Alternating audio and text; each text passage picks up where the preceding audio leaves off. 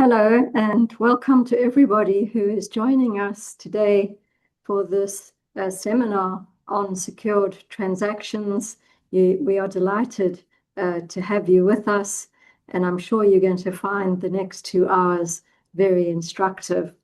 So around 4 or 5 years ago, the conveners of this event edited a volume on secured transactions in Southeast Asia. And prior to that event, there was I think, 2-day seminar held at the National University of Singapore, where the papers which became the chapters for the book were discussed. And it's therefore very timely and a great pleasure to see an update of that project in this event. And I'd like to thank the 2 conveners, Dora and Louise Gullifer, and I'd like to congratulate them on putting together this program. And I'd like to thank Nareen Lalaferen for joining with us in hosting this event. I hope you enjoy it. Thank you very much, Sandra. Good morning, everyone from Cambridge, and good afternoon to everyone else. I'm Dr. Nareen Lalafarian, and I'm an assistant professor of corporate law at the University of Cambridge and co-director of the Cambridge Law Faculty's Center for Corporate and Commercial Law. And I'm delighted to welcome you all to this fantastic event on behalf of Cambridge Free CL. I'm especially pleased that Free CL can be part of this wonderful initiative led by Professor Louise Gullifer and Associate Professor Dora. I think secure transaction law has developed significantly, as Sandra mentioned, in recent years, specifically since 2021, when the edited volume for secure transactions law in Asia was published by Hart. And I think there has been sort of growing discussion about reforms and practical developments across different jurisdictions. And today's webinar gives us a great chance to hear from world-leading experts with a wide range of perspectives on these developments. I would like to say a big thank you to all the organizers, especially my colleagues at the National University of Singapore, for putting together such a wonderful program. And I very much hope you will all enjoy the discussion and find it inspiring. Thank you very much. Thank you very much, both Nareen and Sandra. Can I have my first set of slides, please? So I'm going to just set the scene by thinking about what I've called key concepts in secure transactions law. This is a summary of some of the themes of the book to talk about really how the content of secure transactions law, what it should be, and how that can improve access to credit. Can I have the next slide, please? So the purpose of secure transactions law, I'm sure everyone knows that, is to facilitate access to finance by lessening the credit risk. And that's by the provision of legal rules enabling a lender to have a proprietary interest, an interest that binds third parties, in assets to which that creditor can look for the repayment of credit that is extended. Now, all a law can do, all a secure transactions law can do, is provide ex ante, beforehand, certainty and effective enforcement if things go wrong. Unfortunately, law can't magic up money where none exists. It can't act as a replacement for due diligence of lenders. It can't act as a replacement for good quality fundable projects from borrowers. But a law can do some things. As I say, they can provide ex ante certainty and enforcement. So we should think about what a law should be like in order to achieve that purpose. And I suggest it should be clear, simple, and certain. The content of the law can affect access to credit and affect it both positively and negatively.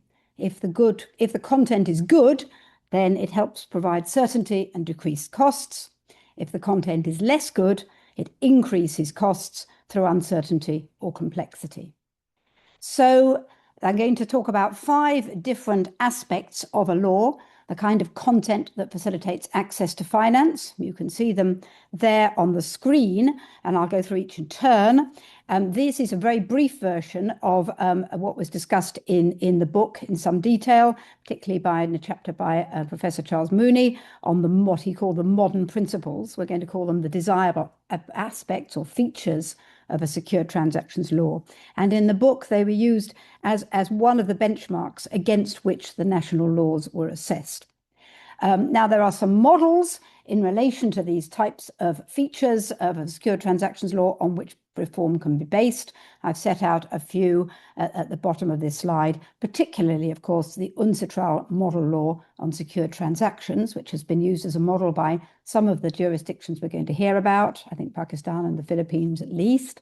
And also UNIDROIT has since done a model law on factoring, which is receivables financing, a sort of narrower law. And of course, national laws will also act as a model. So I'm going to have the next slide, please. So the first feature is low cost creation with minimal formalities. Now, the basic argument for this is that by making it easy, quick, and simple to create a security right, that reduces transaction costs. And as a vast generalization, the common law has largely followed this path, although some systems have got formalities that have crept in over the years. Now, in the book, we have what I call a counter-argument, which is a chapter from Teresa Rodriguez de la Heras from Spain, who talks about the good reasons for having formalities. So she says that there are reasons for formalities. They force participants in transactions to think hard about what they're doing, and they have a cautionary effect. And she also makes the point that if you put on checks ex ante when the deal is being done, then that can check that everything is in order, and it can reduce the risks of problems, that is, problems that cause costs arising later. So there is a counter-argument to minimal formalities, and a balance does need to be struck. You can reduce the ex post costs by front-loading them ex ante. But whichever view one takes, there's no doubt that over the years, some formalities required by law can become over-onerous, and so that the ex ante costs greatly exceed the benefits of these formalities. There's also the problem that the existence of formal requirements can mean that a person can rely on them to basically avoid liabilities, avoid having to be part of a transaction that they've decided they don't like, even though the omission to comply with the formalities, so somebody's omission, if one party is omitted to comply with formalities, another party can rely on that to get out of a contract or transaction, even when they've suffered absolutely no effect by the omission of those formalities. So it can lead to some rather bad faith behavior. So that's the first feature. Can I have the next slide, please? The second feature is that an optimal secure transactions law should enable security to be taken over any types of assets a business might have. Now, that sounds simple to say, but when you actually think about it within a particular legal culture, it is much less easy to achieve. For many cultures, most cultures, it's reasonably straightforward to take security over identified specific capital assets, such as land or equipment. Most regimes will have that without any kind of change. However, many businesses, particularly small and medium-sized enterprises, don't have those types of assets. And to improve access to credit, it's necessary to be able to take security over circulating assets, such as raw materials, products, those are inventory, receivables, and cash in the bank. And in order to take security over such assets, it's necessary to be able to take security over future assets, because if the assets circulate, you need a system where security immediately attaches to new assets coming in to the pool of circulating assets. And you need a system where you can have one registration in relation to one registration of security interest in relation to that pool of circulating assets. You also need generic description to be able to say in your security agreement and in any registration, I'm taking security, giving security over all my receivables, all my assets. So all those fit together to have a wide coverage of assets. Just a word about one other particular type of assets which fall into this circulating assets type, and that is receivables. Receivables often contain restrictions on transfer, restrictions on assignment, and to free those receivables up to be used as security or to be transferred outright, a secure transactions law should have an override of those restrictions in relation to trade receivables, the kinds of receivables that are used by businesses in order to obtain credit. Next slide, please. There is no point in having a secure transactions law unless the security interests and security rights can be enforced when the debtor defaults on the secured obligation. Effective enforcement is really critical for creditors. And moreover, they need it to be speedy, cheap, and generally very easy to do. They also need it to generate, the creditors need it to generate as much value as possible from the collateral. However, there has to be a balance. There is a need to protect the debtor as well from enforcement that is too easy, too quick. And as well, if the debtor is insolvent, it isn't just the debtor that needs protecting, it is actually the debtor's unsecured creditors who will lose out if enforcement isn't done properly. So a good secured transactions law needs to find the right balance. So speed and efficiency often dictate that there needs to be at least an option of enforcement outside the courts without going to court. But if you do that, you need sufficient protection for a debtor who, for example, disputes the debt. Also, you need the enforcement procedure to generate as much value as possible from the collateral. Now, in theory, that should benefit everyone because the more you have, the more there is to go round. But if you have an oversecured creditor, the incentive is not to generate as much value, just to generate what's needed to satisfy the debt that they are owed.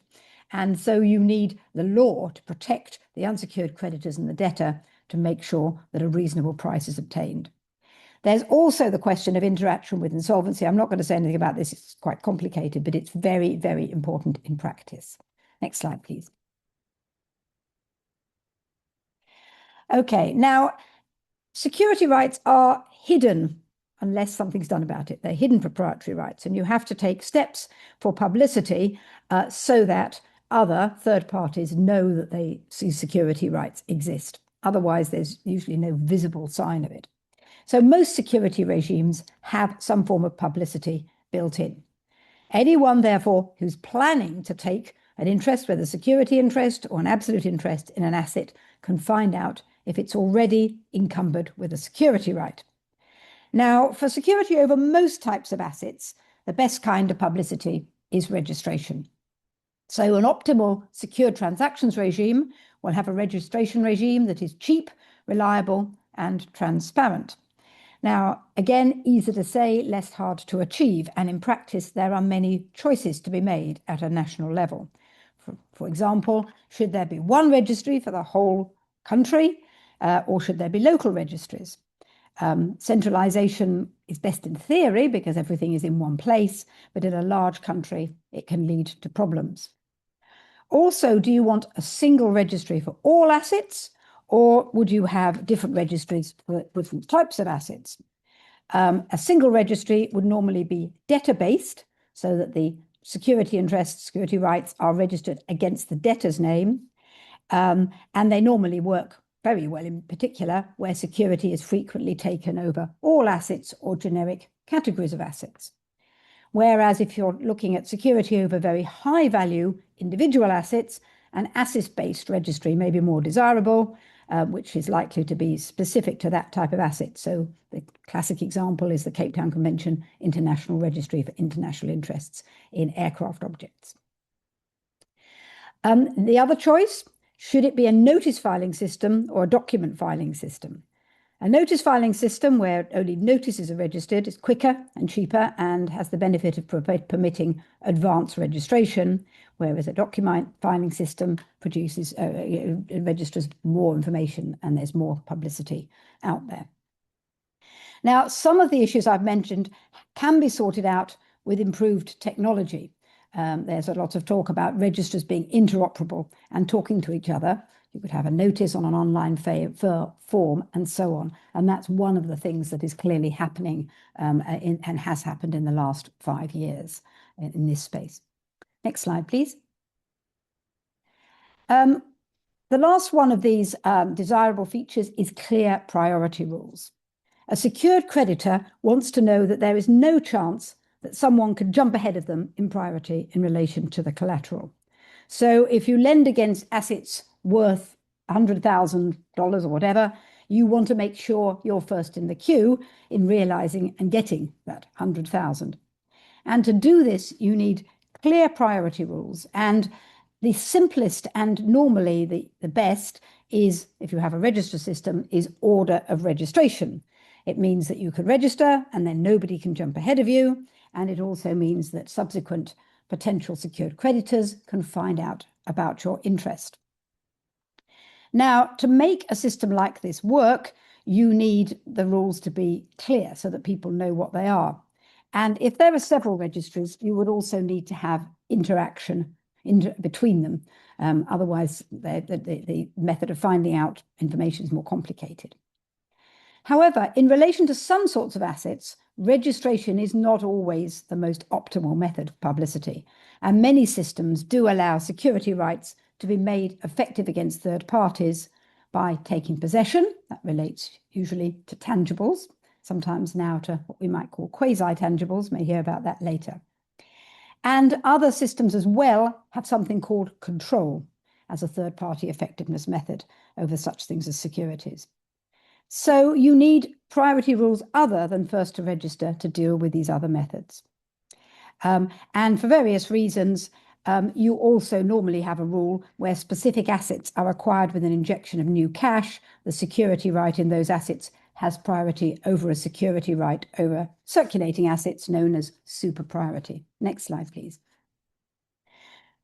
So the problem with an ideal system is that it is ideal. It's very difficult to describe, very easy to describe, difficult to deal with on the ground, difficult to achieve. Many, many reasons, resistance to change.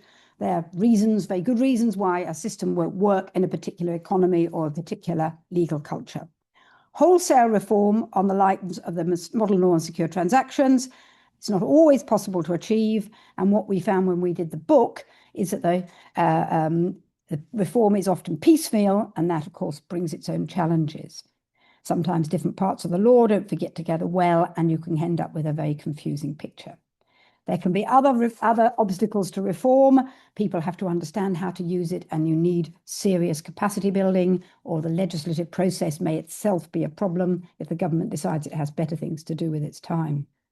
So we discuss all these issues in the book, and we give examples, and there will be more examples today of progress and setbacks. So a whistle-stop tour of the main concepts and desirable features of a secure transactions law, at least in theory. And now we're going to hear from various people about different countries as to what's actually happening on the ground. Thank you very much.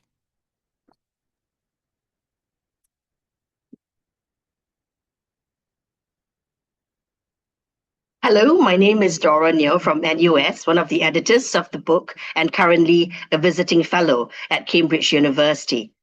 We finalized the book manuscript in 2020, and the book was published in 2021. It included 13 jurisdictional chapters. Today, we will discuss legal developments since the book's publication in two parts, divided into common law countries and civil law countries.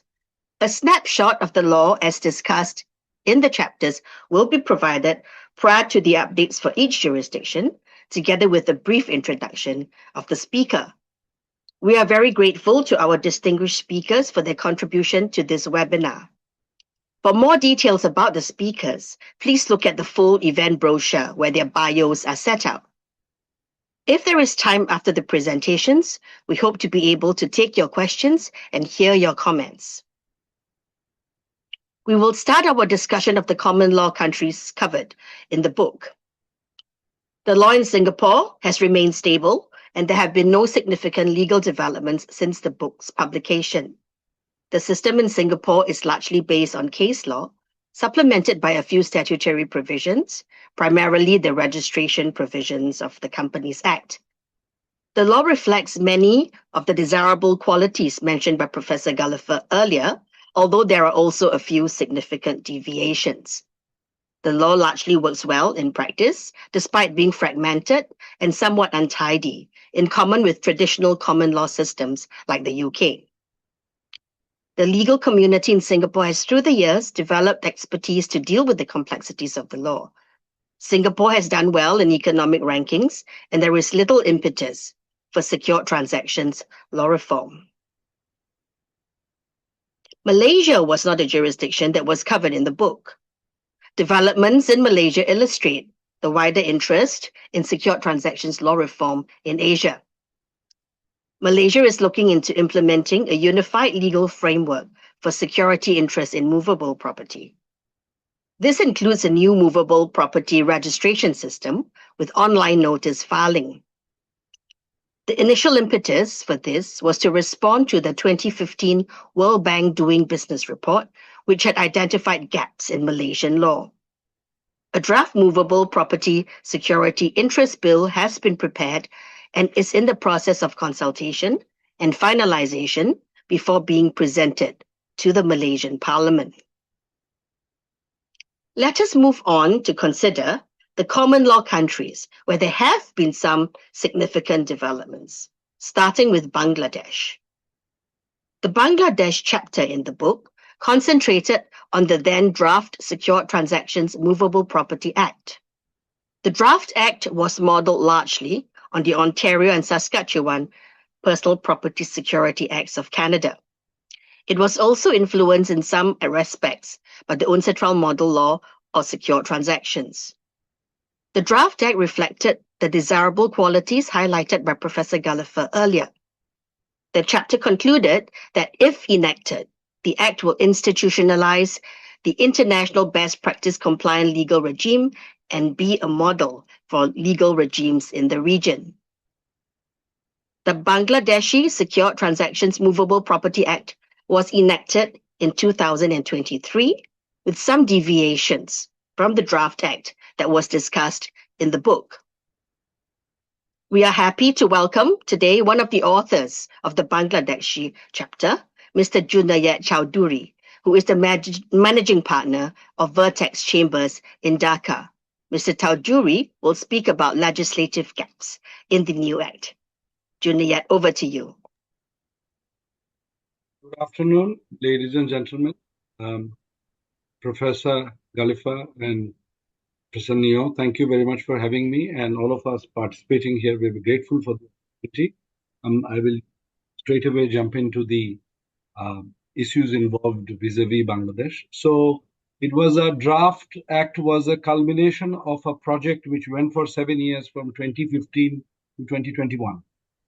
Along with the very kind and generous support from the World Bank, Bangladesh Bank was the champion regulator, and I had a small part to play in writing along with my very able colleague Marek.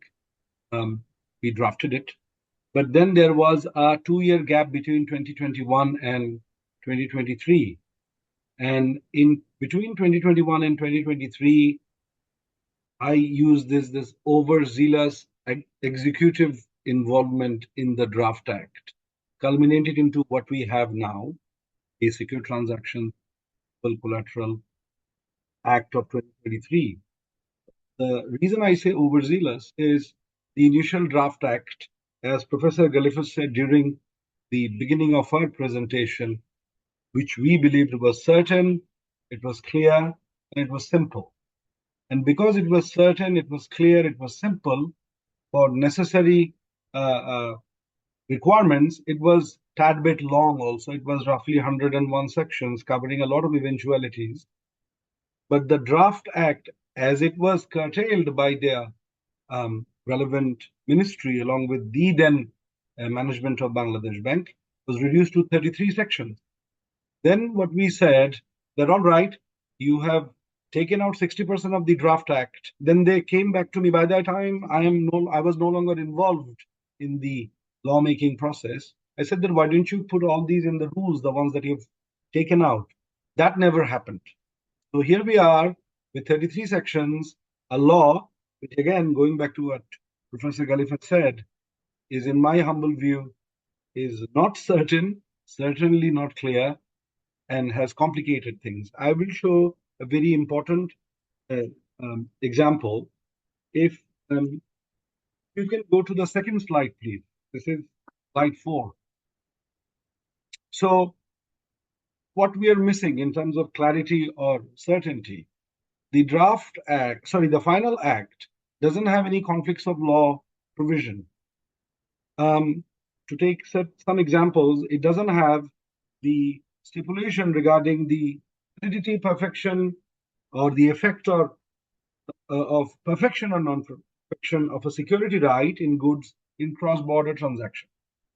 It also the law does not capture procedural issues arising out of enforcement, which is necessary when a contract is governed by law of a jurisdiction where the enforcement rights are exercised. It also does not have substantive issues of enforcement governed by the proper law of the contract. Now, Bangladesh is an emerging market. We are having a lot of transactions involving cross-border parties. How the law will react to those transactions involving movable goods in secure transaction matters is absolutely unclear as far as the new act is concerned. Some of the key concepts, one of the highlights was, we all know, the purchase money security rights. Now, one of the star of the entire law is this particular concept across the jurisdiction. And now in a country where you have small and medium enterprise businesses thriving, especially led by women, you need to have a concept capturing those transactions involving small and medium enterprise. In Bangladesh, installment contracts are very popular, especially in rural Bangladesh. Now, if installment contracts are one of the sort of popular way of going about in doing things in rural Bangladesh, you need to have a provision, or at least an idea of a provision, in the final act capturing purchase money security right. And I think it was a missed opportunity to introduce this concept in Bangladesh so that the law could be more effective and there could be a greater reach involving small and medium enterprise businesses operating in rural Bangladesh. Next slide, please. This actually ties in with what Professor Gullifer said about the publicity issue in her. Now, I am a litigator also, and the concept of Transfer of Property Act, constructive notice, is captured in our country, especially involving immovable properties, lands. If it's registered, everybody ought to know that it is registered. And this ought to know concept or constructive notice concept has been heavily litigated in our part of the world. The exact English version of the carving out of the constructive notice element is, as you can see in the red bottom portion, which we inserted. This was chucked out. It essentially said, notwithstanding anything in Transfer of Property Act, the registration of a financing statement in the registry is not constructive notice or knowledge of its existence or contents to any person. We essentially wanted to ensure, let the buyer be aware. Anybody who wants to take out a secured right over a property involving movable goods should check the registry so that they can ensure that their rights are protected as far as the priority is concerned. That was not there. So the law as it stands, whenever there is a security registry, and if there is a notice-based system, the constructive notice as captured in the Transfer of Property Act, which applies in all types of properties, will create that problem that we are currently dealing with involving land properties in other disputes. This is not there. Next slide, please. Now, the transitional provision.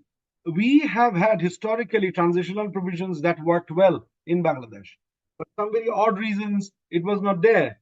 We wanted to capture that any ongoing proceedings regarding prior security rights will be governed by prior law. Well, that, as a matter of common law principle, we all know it operates, but we wanted to statutorily capture it. Creation of prior security rights will be governed by prior law. But the third one in the blue tab, secured parties will have 1 year to perfect their security rights under the new law. We wanted the migration to be as smooth as possible involving prior rights. And the reason was this. Under the Registration Act of Bangladesh, Section 17B had a similar provision. The Registration Act was of 1908. We knew there were oral transactions involving land properties, and there were lots of disputes. In 2001, 17B was introduced. It said any transaction involving land that had an unregistered deed, the parties involved in those deeds will have 6 months to register their deed after coming into this amendment. And it worked well. Now in Bangladesh, after nearly 25 years, all the deeds, instruments, contracts involving land are registered because unregistered deeds are deemed void. And I think that transitional provision worked well involving land properties. So we wanted to capture something similar here, that anything which was prior in time under a prior law, after this law comes into force, they will be migrated, just like that 17B of Registration Act under the new law. That was not done, because then you are in the middle of a risk where people will decide, well, which law will apply as far as my rights are concerned? How am I going to agitate this dispute, which happened earlier in time, and now we are in this new 2025, which law will apply? So this, I think that risk will remain. And the law missed that great opportunity of that possibility of migration of prior rights under prior law. Next slide. Now, this is very important in a governing country, in a jurisdiction like Bangladesh, where there will be negligent conduct by the government officials, and any party affected by those conduct do not have the appropriate forum to ventilate those grievances other than the conventional civil court. Now, we wanted to say, as a matter of good practice, keeping the practicalities of Bangladesh. And there was the champion regulator, Bangladesh Bank, when the mandate was given to us how to draft the law, said that you will introduce international best practices, but please make sure you keep in mind the realities of Bangladeshi business community and the social structure within which Bangladeshis operate. One of the things we wanted to capture is to avoid government officials taking advantage of the registry system and harassing people, number one.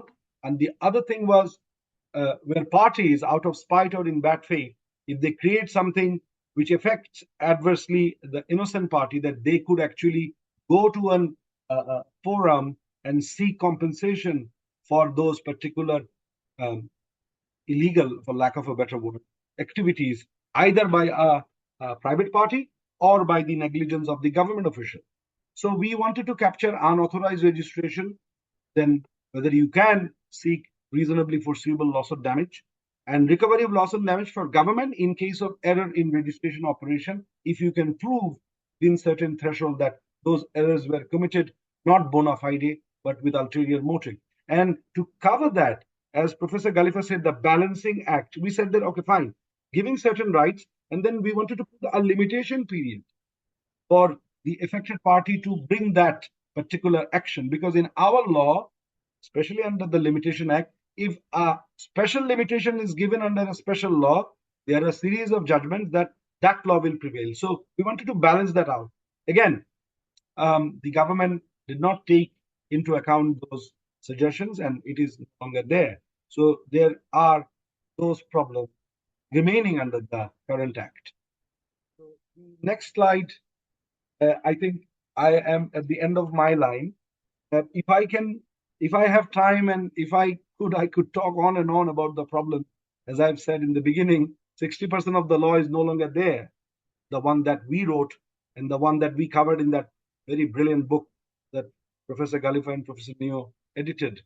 It's a sad thing as a person who was deeply involved in the process, and only time will tell how the law pans out to be. There are no rules as of now capturing those omitted portions as the law stands. And again, I will conclude what Professor Gullifer said. It is not clear, it is not certain, and certainly it is not easy. Thank you very much for your time. Thank you very much, Junayed, and we wish you a very safe flight. And thank you all for having me, and all the best to all the participants. And in advance, have a happy New Year, wherever life takes you. Thank you very much. Thank you. Moving on next to Brunei Darussalam. In the book, Professor Gullifer discussed the law in Brunei as an illustration of law reform in common law countries. Brunei enacted the Comprehensive Secured Transactions Act in 2016, based on the New Zealand Personal Property Security Act. This reform dramatically propelled Brunei from ranking 79th in the World Bank Rating Credit Report to jointly taking the top spot in 2020 after the reform. The Bruneian Collateral Registry has kindly provided us with information and statistics for this update webinar, which I will share shortly.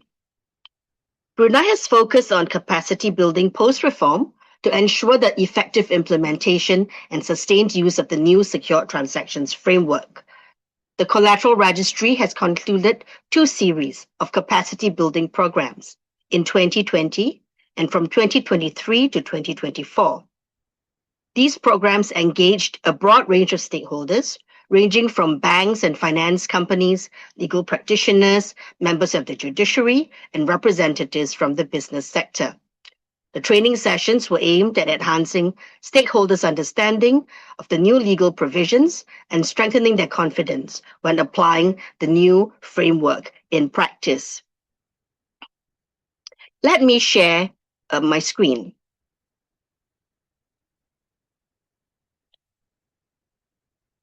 I'm thinking I can share my screen, but I can't see the button right now.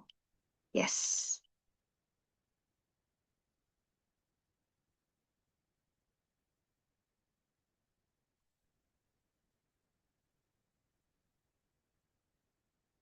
Please take a look at this slide prepared by the Bruneian Collateral Registry.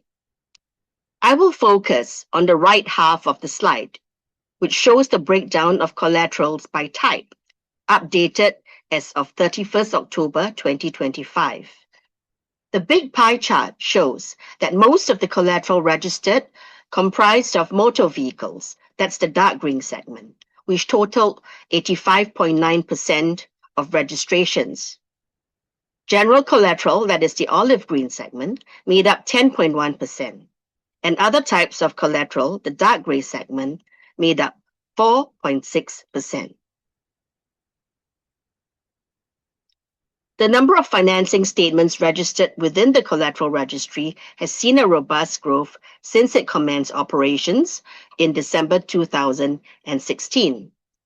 The graph shows the steady growth of registrations from 2021 to date to 2025. From December 2016 to 31st October 25, a total of more than 154,000 financing statements were registered.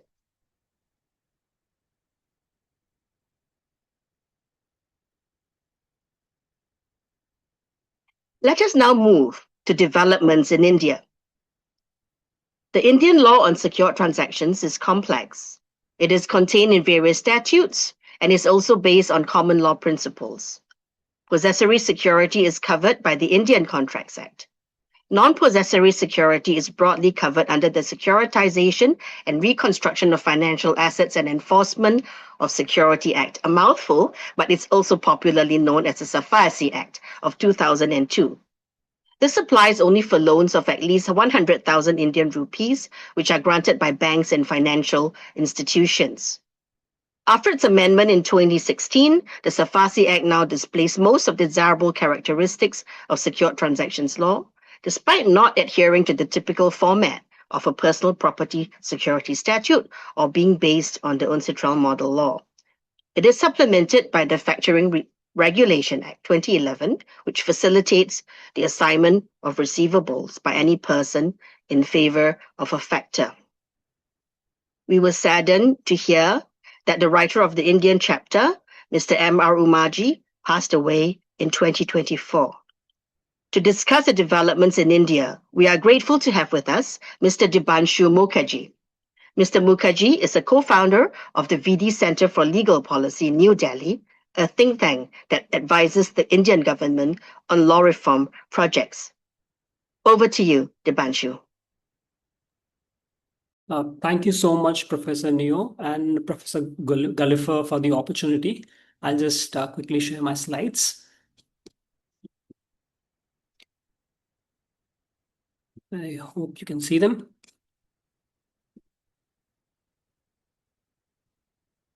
Yeah, so I'll start off with the proposed amendments to a bankruptcy code. So as some of you might be aware, India reformed its bankruptcy system back in 2016, and it's working reasonably well. However, a lot of bottlenecks have crept up over the last 10 years since it's been in force. And I'm going to talk about some of them as they relate to secured creditors. Now, although the statute provides a clear order of priorities for distribution in the bankruptcy process, and secured creditors stand right at the top, unfortunately, there have been some court rulings which have equated statutory charge holders, essentially governmental authorities that hold charges under the statute, as equivalent to secured creditors. And this has created lots of problems and kind of is defeating the original intent of the law. And therefore, the government has now proposed an amendment to take us back to the original position where the definition of security interest has been clarified to exclude statutory charges specifically, and to push down crown debt under private security holders. The second change relates to the extent to which the secured creditors stand protected under the law. The question is whether they stand protected to the extent of the value of the security at the time of the loan being disbursed, or is it actually the realizable value at in bankruptcy? And the amendment clarifies that it's actually the realizable value at the time of bankruptcy, which is a more logical position. Thirdly, in practice, there are a lot of arrangements in the market around inter se priority among secured creditors, and there was confusion whether these inter se priorities are to be respected in bankruptcy proceedings or not. The proposed amendment clarifies that they have to be respected, to make sure that the kind of certainty that exists outside the bankruptcy system continues to exist inside the bankruptcy system as well, as far as these inter se priorities are concerned. And lastly, secured creditors are allowed to stay outside the liquidation process. Like in many other common law jurisdictions, they can enforce their security interest directly, and they don't have to participate in the collective liquidation process. However, in practice, secured creditors often prevaricate around taking this decision to participate or not. And the proposed law now, tries to lock them in as soon as possible. And now they can do this. They need to decide whether they want to relinquish or enforce outside within a period of 14 days. So broadly, these amendments have been received very positively. They haven't been enforced yet. They haven't been enacted yet. But there is significant momentum around the bill, and we expect that will be enacted soon. So these are the first set of changes that I wanted to talk about.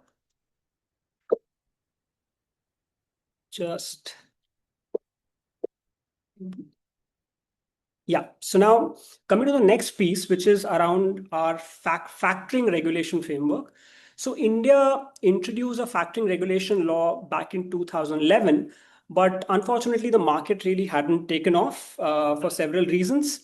And and one of the biggest objectives of the law was to help small businesses, to help them finance their trade receivables, but the market hadn't taken off at all. So in 2021, during the pandemic, as part of a relief package for small businesses, the government introduced several reforms to the Factoring Regulation Act, which have kind of transformed the ecosystem dramatically. The first one being they've changed the definition of factoring business completely so as to allow a broader set of non-banking financial companies to participate in the factoring market.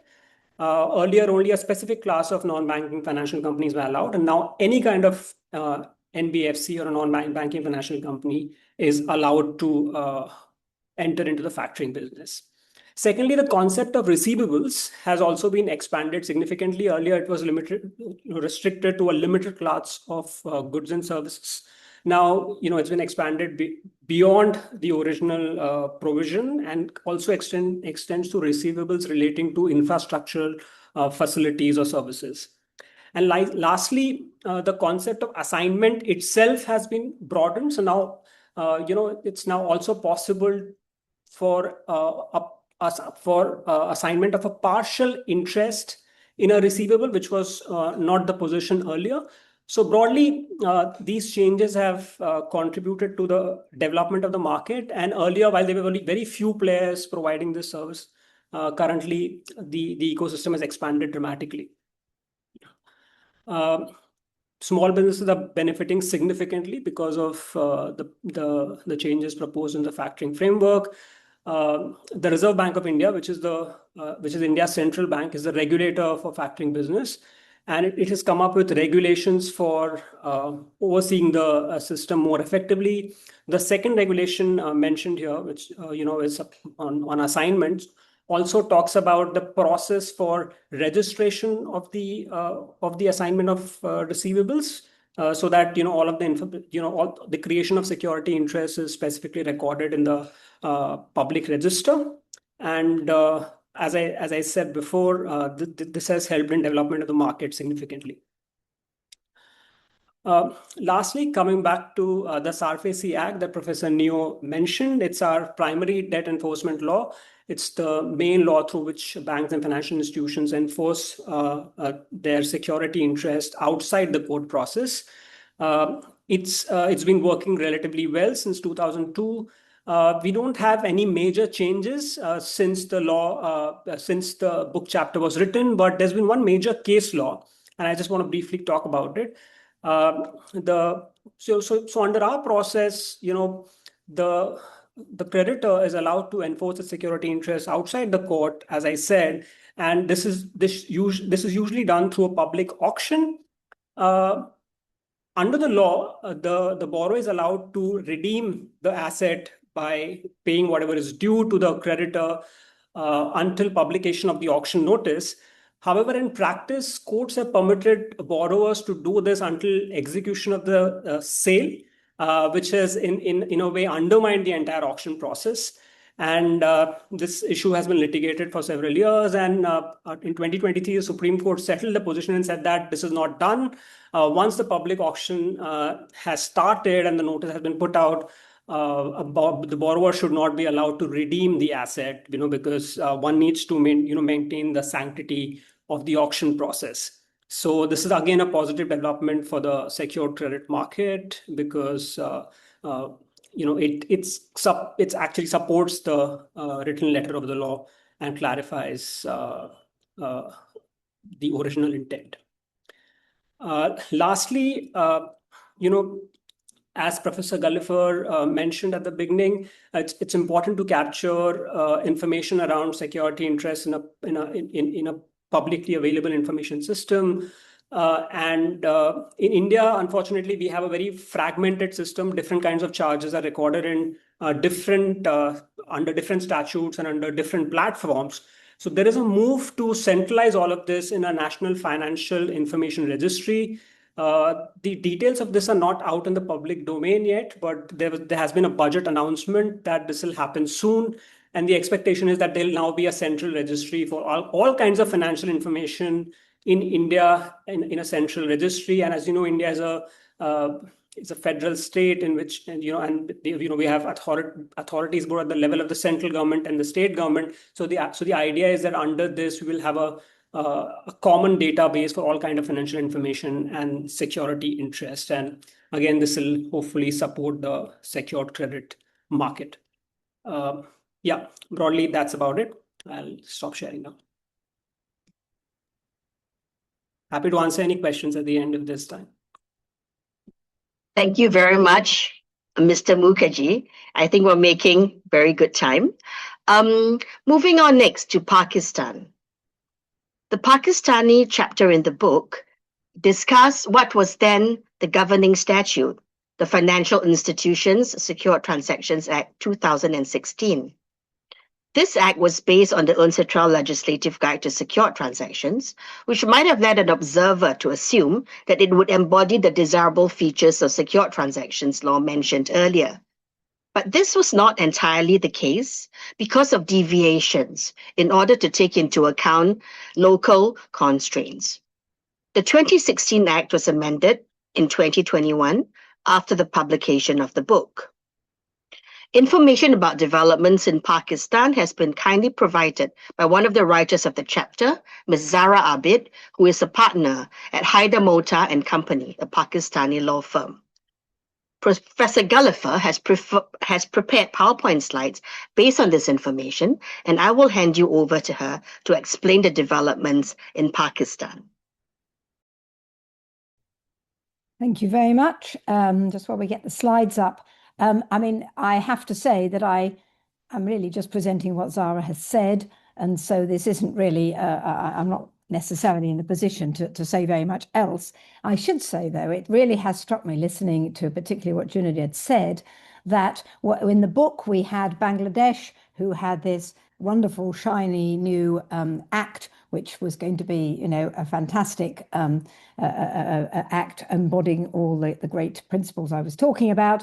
And Pakistan had a new act, but it had variations and didn't really have all those desirable features. And what appears to have happened is that Bangladesh hasn't enacted its full act, so it's sort of gone down like this. And Pakistan has actually enacted a lot of amendments to bring its act into line with the UNCITRAL Model Law on secure transactions. So that's kind of gone up like that. It's actually quite interesting how those two countries have approached this. So can I have the next slide, please? This is just basically to say what Dora's said. So I can have the next slide, please. So this is the first substantive change.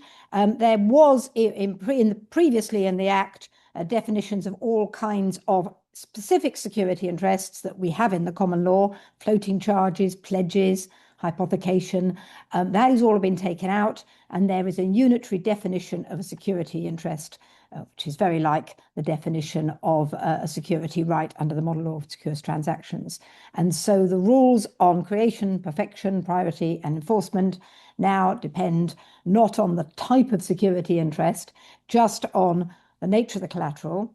There is still one distinction, which is between a possessory security interest and a non-possessory security interest, because as you'll see when I carry on, a possessory security interest is created in Pakistan by taking possession.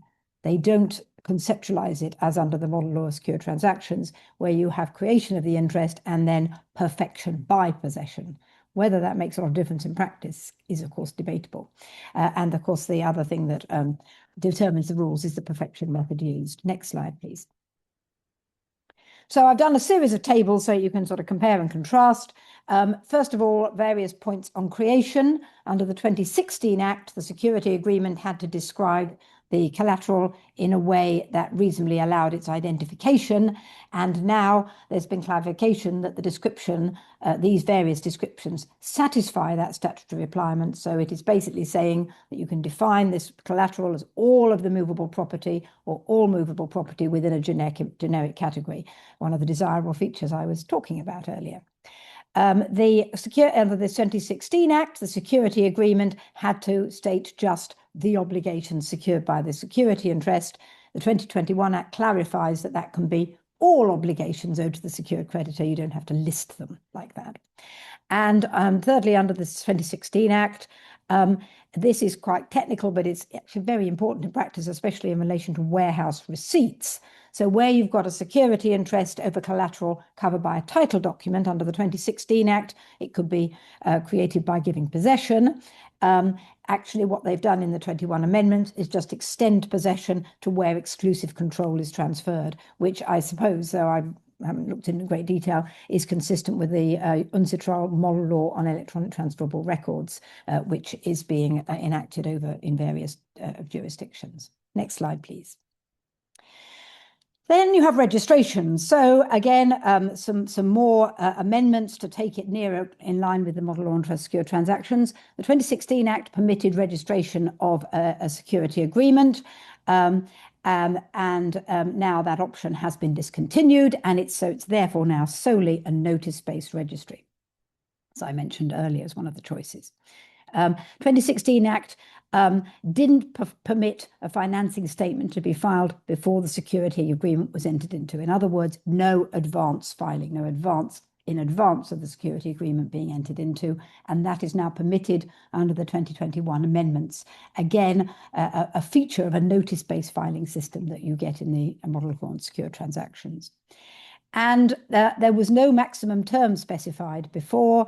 Now the financing statement has to include a specified term. There's a maximum of 5 years. And after 5 years, or whatever the term is, the financing statement is removed unless the term is extended. Again, a very normal feature of many systems based on the model law of secure transactions. Next slide, please. Sorry, yes, thank you. We heard earlier from Junayed about the omission in Bangladesh of an acquisition security interest or a purchase money security interest. In the Pakistan Act of 2016, the super priority, the purchase money security interest status was restricted to motor vehicles, basically, retention of titles in relation to motor vehicles. The government could specify other movable property, but actually what's happened now under the 21 amendments is that the super priority has been extended to all acquisition security interests. Next slide, please. We're hearing a lot, and we'll hear later on as well, about how important assignment of receivables is to access to credit. Under the 2016 Act in Pakistan, assignments were not treated as deemed security interests as they are under the model law of secure transactions and many laws around the world. That's been changed. They're now treated as a deemed security interest. In other words, they can be perfected through registration. They have to be perfected through registration. There was a note from Zara about saying the practice of registering absolute interest is still elusive in Pakistan.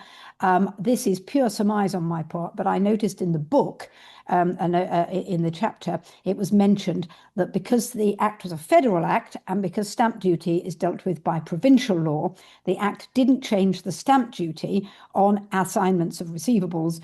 And so the stamp duty on assignment of receivables used to be very high. I don't know if that's changed, but that may have something to do with why the practice of registering absolute interest assignments is elusive. The 2016 Act didn't override anti-assignment clauses. As I said, that was an important feature of a modern secure transactions law. Now, basically, an article, a section in the Act has been added that tracks Article 13 of the Model Law of Secure Transactions, which is about anti-assignment clauses. We're talking there just about trade receivables. Those are receivables for goods and services and certain other parts, but it's quite a well-trodden formula that's been introduced. What they have done, which is the feature of many laws, but not all, is to retain the claim for breach of contract of the account debtor. That's a feature of model law of secure transactions, but not the UNIDROIT model law on factoring. And finally, last slide, please. Let's call these other provisions, but there's, as Junayed said, these are really important. And she didn't even mention transitional, and I can't tell you about that, but conflict of laws provisions. I didn't mention them in my desirable features, but they are very desirable. And the 2016 Act had no conflict of laws provisions. Now we have in Pakistan, in the 2021 amendment, a conflict of law provision that basically tracks the model law of secure transactions. I won't read it out, but you can see it's basically based on the location of where the customer, that's the debtor or the grantor, is located. And there was also a question of lack of clarity in the 2016 Act about the priority of perfected security interests over government claims. That's been clarified. Secured creditors with perfected security interests have been expressly granted priority over government and other claims, both prior to and post-insolvency of the customer. So that's what's happened in Pakistan. It is extremely interesting. The Act has been brought much closer to the model law of secure transactions, and I hope that made it clear to you. Thank you. Thank you very much, Louise. This brings us to the end of the discussion on the common law countries covered in the book. And we have made good progress. I'm hopeful that we might have time for questions and comments later. So if you have any questions or comments, then please note them down and hopefully you can share them later. We will now move on to consider the developments in civil law countries. Of the 8 civil law jurisdictions that were represented in the book, there were no significant developments in 2 jurisdictions, that is South Korea and Taiwan. South Korea has a fragmented system of personal property security law. There is a civil code which governs possessory security, a non-statutory title transfer device, and an act on security over movable property and claims, which came into force in 2012. The 2012 Act was inspired by the UNCITRAL Legislative Guide, but there are aspects which deviate from the guide. For example, title-based security devices and notice filing are not provided for under the Act. There have been no significant developments in South Korea since the publication of the book. In Taiwan, there is a statute known as the Personal Property Secured Transactions Act, which was enacted in 1963 and last amended in 2007. In 2015, an integrated online national registry for secured transactions was launched. However, the law remains fragmented. It is not possible to take security over future property, nor over property that is generically described. The priority rules and the effect of registration are unclear. The chapter mentions several reform proposals, but the law remains unchanged. We will now turn our attention to the jurisdictions where the law has developed since the publication of the book, starting with China. The chapter on China considered the draft Chinese Civil Code. The Chinese Civil Code came into force in 2021 after the finalization of the book manuscript. It brought about significant changes to China's secured transactions law. To discuss the developments in China, we have Dr. Lebing Wang, who is an associate professor at the Law School of the University of International Economics and Business in Beijing, China. Over to you, Dr. Wang. Okay, perfect. Yeah.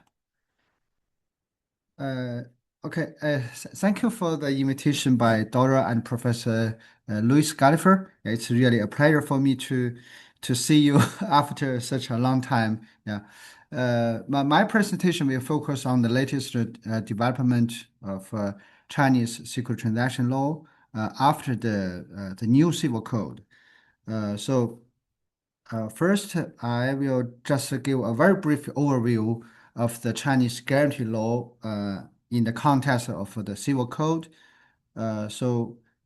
Here, because China wants to reform its law on secret transaction, one important reason is that it wants to improve its business environment, particularly from the influence of the World Bank. So the Chinese central government have pushed the legislature to reform the law on secret transaction, but also, for example, the copyright law, bankruptcy law. Yeah. So in the past years, we have the legislature have contributed a lot in this respect. So here, first, sorry. Yeah, in the Chinese guarantee system, usually because before the civil code in 1995, we have a unified guarantee law which governs the creation and profession of mortgage over real property and also the mortgage and pledge over personal property. And also in that legislation, it stipulates personal guarantees. Yeah. So it's a unified legislation, but in the civil code, it was divided into parts. It means that the secret transaction on personal property, on real property, is stipulated in the chapter of property law, while the personal guarantees is stipulated in the chapter of contract law. Yeah. So this is the current arrangement of the guarantee system. The problem is that this arrangement results in a lack of general rules regarding the application of guarantees in China. So we can see that even if the civil code didn't provide a general part of the rules regarding the application of guarantees. But in 2021, the Supreme Court of China enacted a judicial interpretation for the application of guarantee rules. In this judicial interpretation, it copied the general rules about the application of guarantee law. So this is a very interesting or ironic thing, you know. Yeah. The second part, the second thing is about the unification of it's the unification of a typical security interest and the atypical security interest in the functional approach of security transaction. Because before this conference, Dora has written to me. We discussed about Article 388, through which there are some atypical security interests was covered by the civil code. It was referred as here other contracts with security functions. Usually it covers here, for example, the retention of titles, the financial lease, the factoring. Yeah, usually the civil code covers these three kinds of transactions. And also the judicial interpretation of 2021 introduced the assignment for property also as a typical security interest. Yeah, so here in the Chinese Civil Code, we can find that we have three kinds of typical security interest. It means here the mortgage over real property or personal property, the pledge over personal property, and the intangible rights. And also we have a statutory lien, plus the four kinds of atypical security interest. Yeah, this is the total framework of security transaction in China now. Yeah. So in the second part, I think I will focus on the reform of civil code for security transactions. So the first thing is the introduction of atypical security interests. So here we find that even though the retention of title, the financial leasing, the factoring are stipulated in the chapter of a contract, but the civil code provides that these three transactions can be made public or perfected through registration. Yeah. So once it was perfected, it will be effective against the third parties. In this case, now we will find that the creditors, usually the sellers in the retention of title, also the lessor in the financial leasing, their ownership will be registered and can be effective against the third parties. Yeah. So in this case, the collateral will not be disposed of by the dishonest buyers or lessees. Yeah. So this is the functional approach of Chinese security transaction law. But here the problem is that the civil code didn't say too much about how these transactions are applied in the judicial practice. So it's the judicial interpretations on the application of guarantee law of 2020 determines how these security interests are protected or enforced in the practice, particularly which kind of remedies will be offered when the debtor defaults. Yeah, so this judicial interpretation is of particular importance for the protection of creditors. Yeah. And the second reform is about the registration of these security interests. Yeah. First is that the effect of registration, if it means that if security interests are not registered, it will not be effective against third parties. Yeah. So here, the perfection, such as registration or possession, is the primary method for ensuring that a security interest is effective against third parties. A second reform is the simplification of registration. The Civil Code allows for a general description of the collateral, and it also simplifies the description requirement. For example, before the Civil Code, usually the registry required a very detailed information. For example, the ownership, the quality, the status of the collateral. But now, the registry just requires the name and quantity of the collateral. Yeah, it's enough. And it's also allow for a very general description of the collateral. So, but in the practice, it has brought about some problem. I will discuss it later.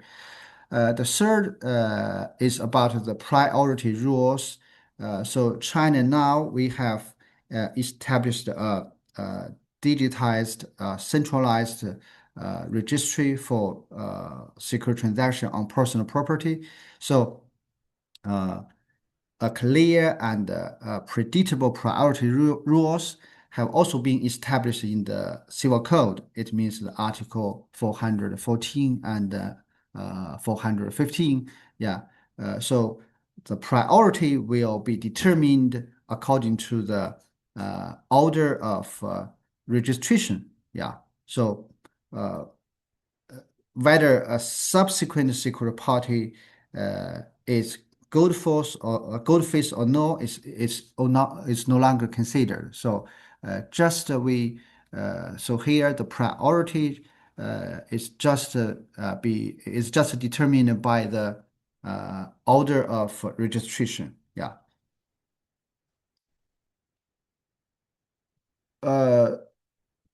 And the third reform is about the fixed charge and floating charge. Yeah.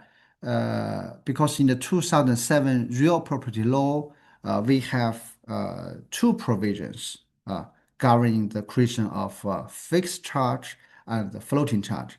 But now we unified them in Article 403.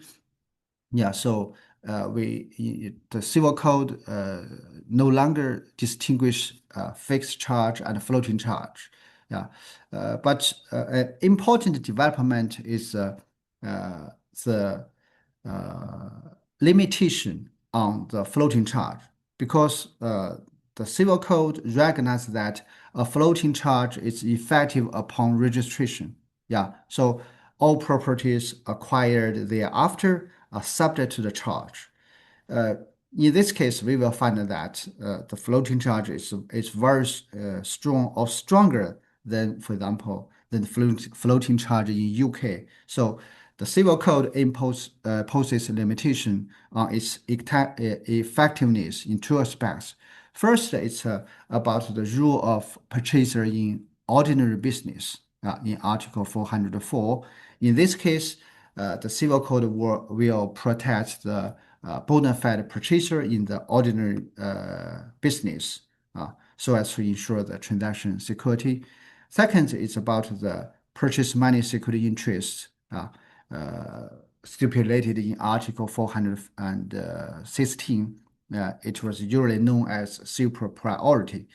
In this case, the Civil Code will preserve the charger's ability to refinance, particularly when the charger or debtor falls into bankruptcy. Yeah, this is a particularly important. In the last part, I will propose two questions to be resolved in the future, particularly for the application of these security interests. Yeah, the first is about as you have already seen, we refer some contract transactions as a secret transaction. Yeah, for example, the retention of title, the financial leasing. The problem is that when the debtor fall into bankruptcy or the financial situation of the debtor deteriorates, how can the creditor or the owner in the title of retention or the lessor of the financial leasing can recover its credit? Yeah. So one approach, yeah, this question is of great debate in China now. Yeah, which kind of remedy can be granted to the creditors in the bankruptcy of debtor? Yeah, one point or one approach is that the owner or the creditor can get contractual remedies according to the terms of contract. So in that case, the owner can reclaim the property of the collateral. Yeah. Another approach is that the creditor can only get repaid through the enforcement of the collateral. Yeah. So, for example, Professor Gao Shengping, one important drafter of the part of secret transaction in the civil code, proposed the second approach. Yeah, it means that the civil code already treats retention of title, financial leasing, and factoring as secret transaction. So in this case, once the debtor defaults or fall into bankruptcy, the creditor can only get repaid through the enforcement of collateral. It cannot ask for contractual remedies. Yeah. So, but it's in the practice. Yeah, some judges propose opposite attitude. Yeah. This is a very complicated in China now. Yeah, the second question is that even though we adopt this functional approach of secret transaction in order to facilitate the financing of enterprises, particularly the SMEs, small and medium enterprises. Yeah, as explained by Professor Gullifer. Yeah, it's the policy objective of the Chinese government and the legislature, but in practice, it has brought about damages to the creditors. Yeah, so the first reason is that the secret creditor lacks actual control over the collateral itself and also its value. Yeah, it means that even if a secret interest is registered, yeah, the debtor can dispose of the collateral according to its will. In this case, the creditor will lose control over the collateral and also its value. Yeah. So if a debtor is dishonest, in that case, the creditor will suffer great damage. Yeah. On the other hand, Excuse me, Lebing, would Hey. you be able to wrap up because we are running out of the allotted time? Thank you. Okay. Yeah, I will conclude here. Yeah. So even if the general description is allowed, the problem is that once even if the creditor win the litigation against the debtor to enforce the collateral, but the court find that because of the general description, it cannot specify the collateral or property. Yeah. So in this case, the court will reluctant to enforce the sentence. Yeah. So this is a disaster for some creditors now. Yeah. So I conclude here. Thanks. Yeah. Sorry, Dora. Thank you very much, Lebing. So let us move on next to Indonesia. The chapter on Indonesia stated that security rights in Indonesia had been slow to develop. There are two types of security rights over movable property: the traditional pledge, which is a possessory security, and the fiducia, which was introduced in 1999 to allow a non-possessory security interest to be taken over movables. A centralized registry for fiducia was set up in 2013, and it is now online. However, title-based devices such as leases and other retention of title devices are not included in the system. The chapter pointed out that the law is very fragmented, with different types of security interests available for each type of asset and variations in creation and perfection requirements. We were saddened to learn that one of the writers of the Indonesian chapter, Mr. Ibrahim Assegaf, passed away in May this year.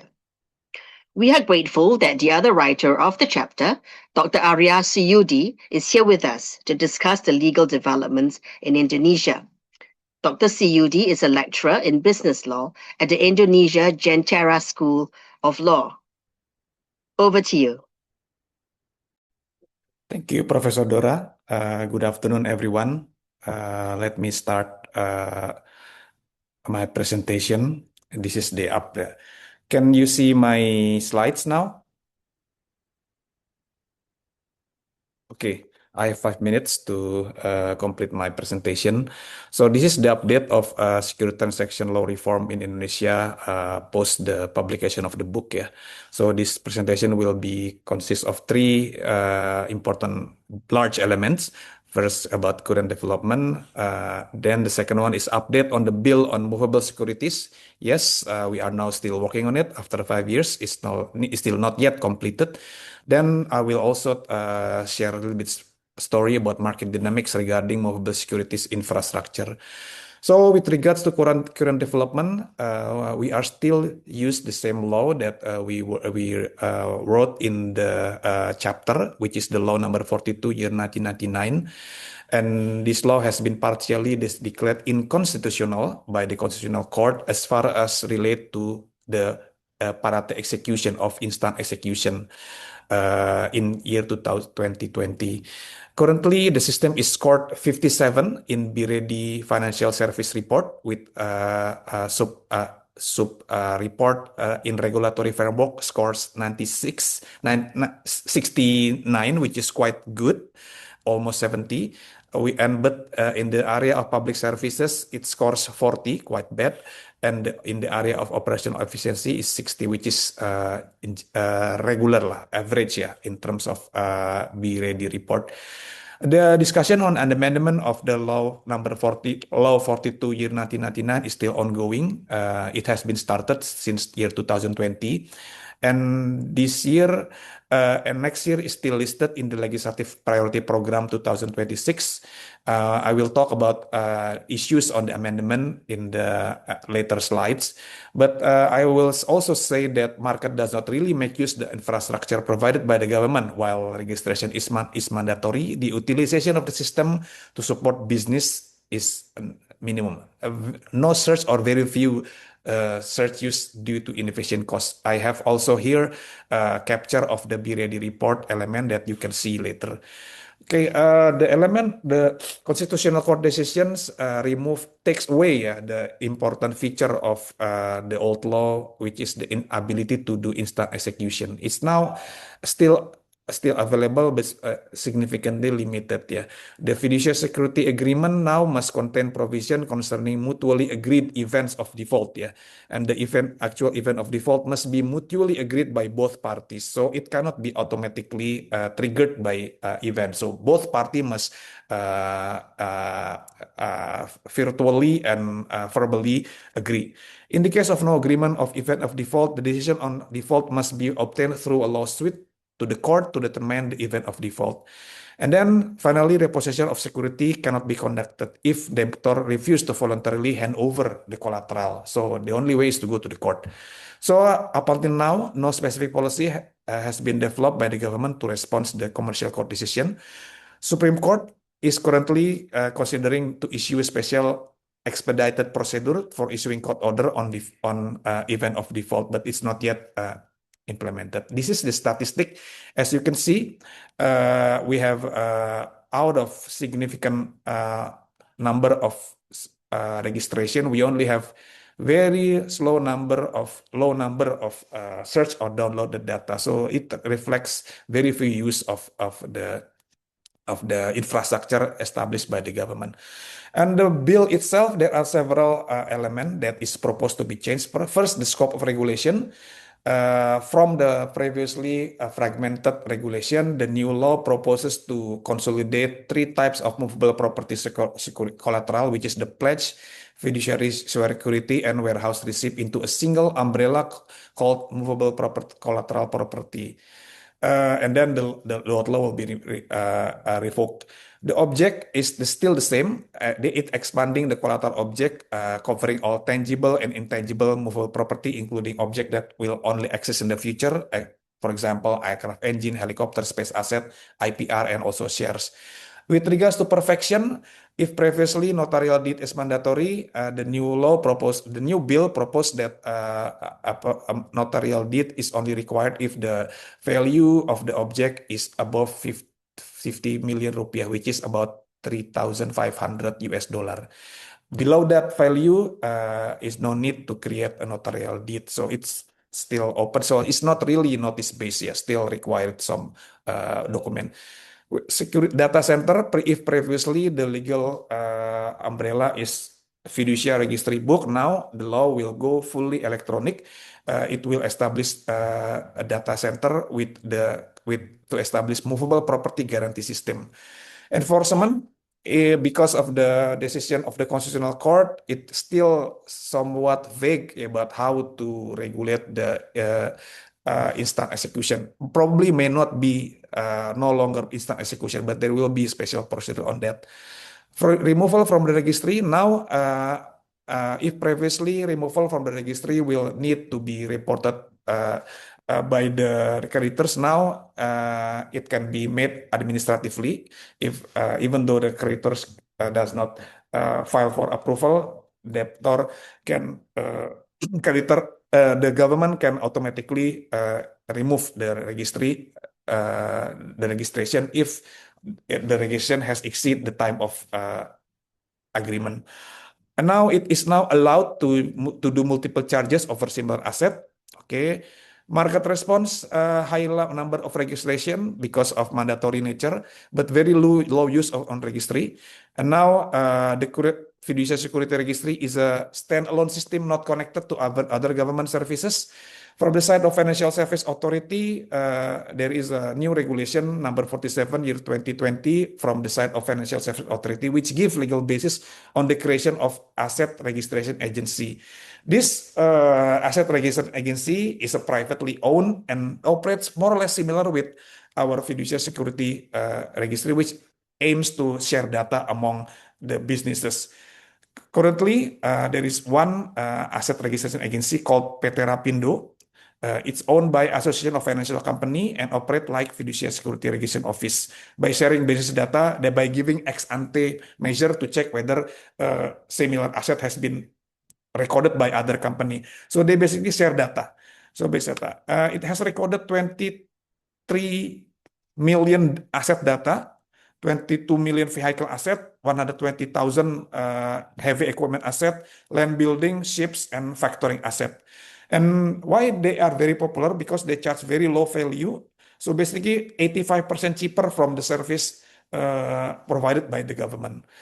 With the members. Excuse me, excuse me, Aria. Would you be able to wrap up? Yes, I will. This is my final slide. Thank you. Way ahead, we are still pending for the submission of Mobile Securities Bill to the Parliament in 2026. Okay, that is all from my side. Thank you very much, Professor Doraneo. Thank you very much, Aria. Thank you very much. We will move on next to Japan. Since the publication of the book, there have been significant developments in secured transactions law in Japan. To discuss these developments, I'm pleased to welcome Professor Megumi HARA from Chuo University. Professor HARA is especially well placed to explain these developments. She contributed to Japan's recent property law reform as a researcher appointed by the Ministry of Justice. She has also participated in a committee-level study group on secured transactions reform convened by the Small and Medium Enterprise Agency under the Ministry of Economy, Trade and Industry. Over to you, Megumi. Thank you very much. So let me please share my slides. Okay.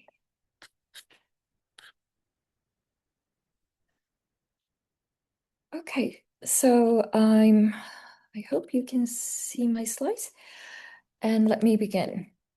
So I will be talking about the 2025 law reform, or actually a creation of new law in Japan on non-possessory security interest over goods and receivables. But to do this, I would first like to explain a little bit about why we did this, and then I want to dive into the content of the law. So just very briefly, so Japan, like many other countries, we had traditional SMT credit issues. We were using a lot of personal security, so guarantee, and real estate collateral were preferred. So owners' homes were essentially the main asset that the banks would prefer to take. There has been a several policy shift by the government from the year 2013 to 2023. It begins with this new guide that was created in 2013 on abolition of personal guarantees by business owners. And then the Financial Service Agency moved on in the year 2014 to create this new guideline for their monitoring policy, which was to place more influence on or emphasis on evaluation of enterprise feasibility rather than relying on personal security. And then this monitoring policy moved on into a more stricter policy for placing or creating a personal guarantee in year 2023, which was that banks need to provide a written document that states the necessity of why they require a personal guarantee for the business owners. And so the government policy has always been to move away from personal guarantee, so they needed to find some alternative method. And the alternative method is the enterprise-based lending. So here I just want to point out that the policy is here to require secure and enforceable rights over business assets and not the personal assets of the owners. So in order for the government to do this, we needed to have a secure transaction law reform. The reason why is that in Japan, there was no non-possessory security interest over goods. That was a written law. We did have a judge-made law, but that was it. So there was a lot of instability as to the priority rules as well as to the enforcement rules. There was also no concrete rule on retention of title, so that also needed to be created. Also, there was no universal security in enterprise value as a universal asset, so we needed to create essentially an all-asset security interest. So this was all done in last 2 years. So in 2024, we created a law on creation of all-asset security interest over enterprise.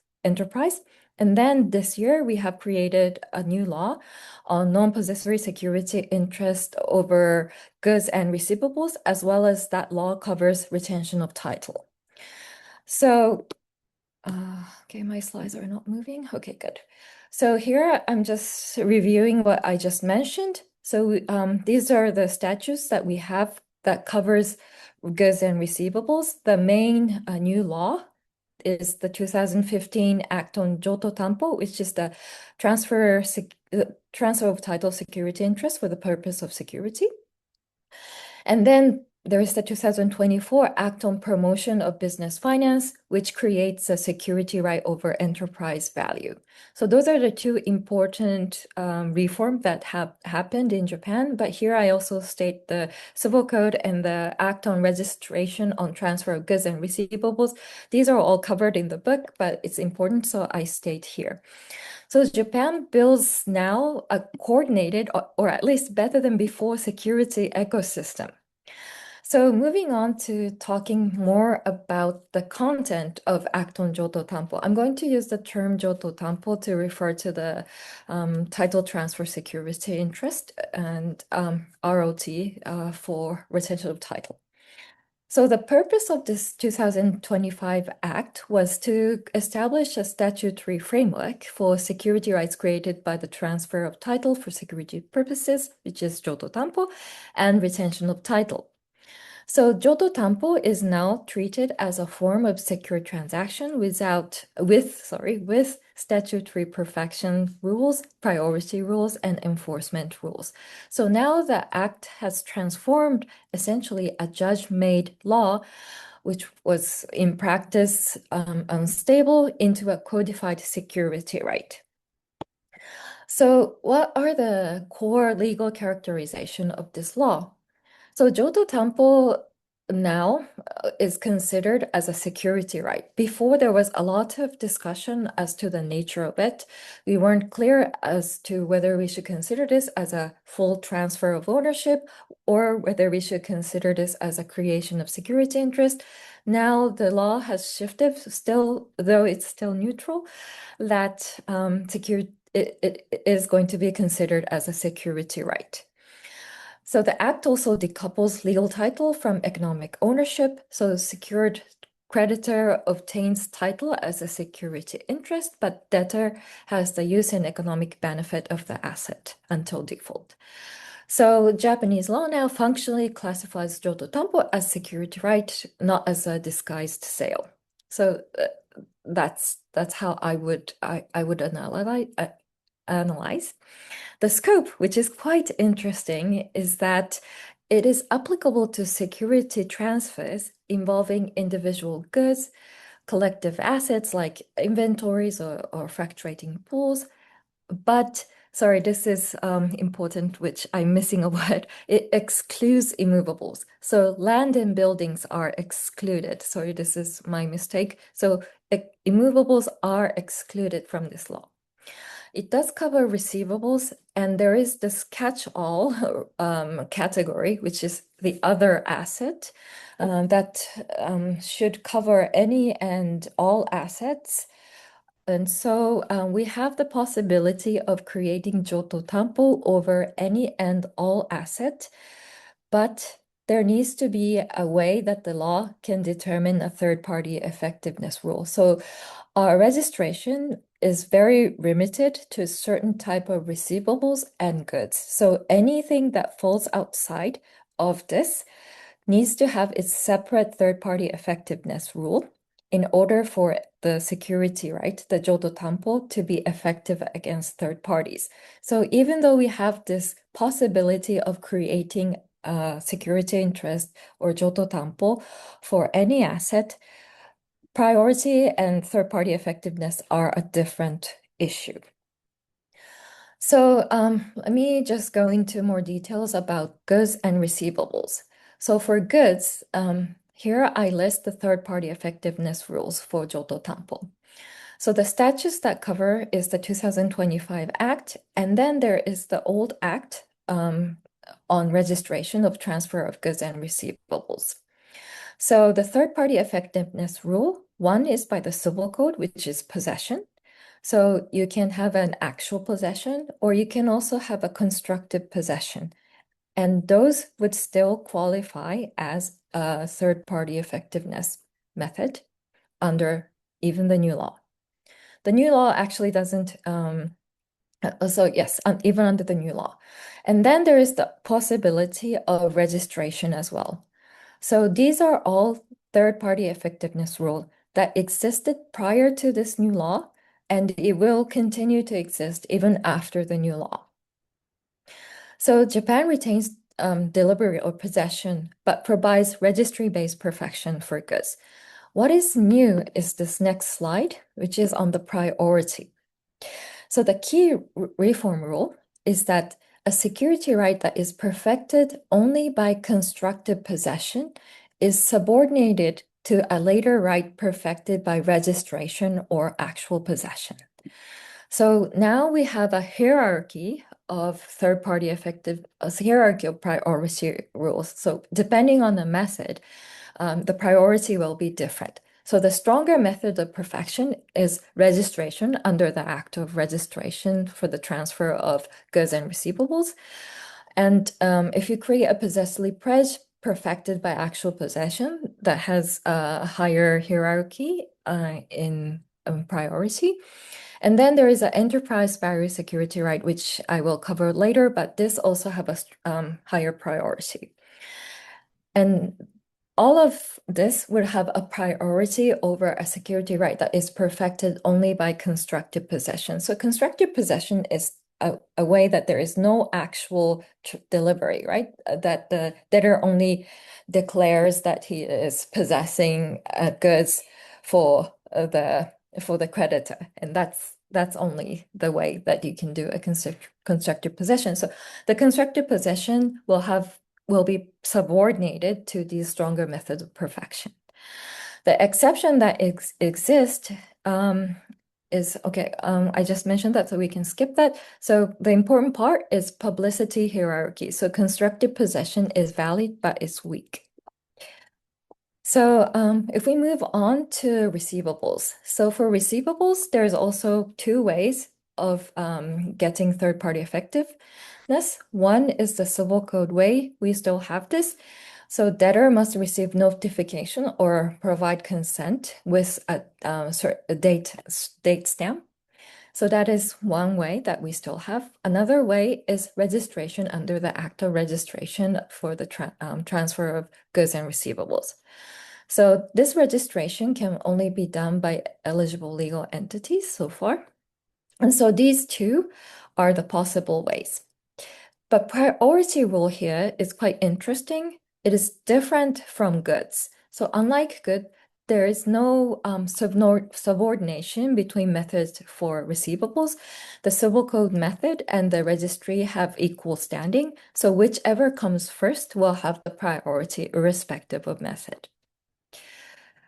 So for retention of title, this is also part of the 2025 Act. So now retention of title is also treated as a secure transaction. Retention of title is even more obvious than of its legal nature than Jodo Tampo is. It is completely treated as a security interest. And we have something called a narrow ROT. So if you create a ROT for the purchase money case, then you have an automatic priority and automatic effectiveness without any perfection requirement. So the retained title constitutes automatic perfection here. There is an optional way of creating a registry if you want. So this improves searchability and coordination, but this is only optional. So only if you want, you can create a registry for this. So now retention of title is formally treated as a purchase money security right. And this is actually a complete, a different result from what the court actually have said. Court have been traditionally ruling in favor of considering retention of title as pure retention of property right and not as a security interest. But the new law has decided to change this and to treat this as a security right. So for enforcement of Jodo Tampo, we do have private enforcement. This is statutory permitted.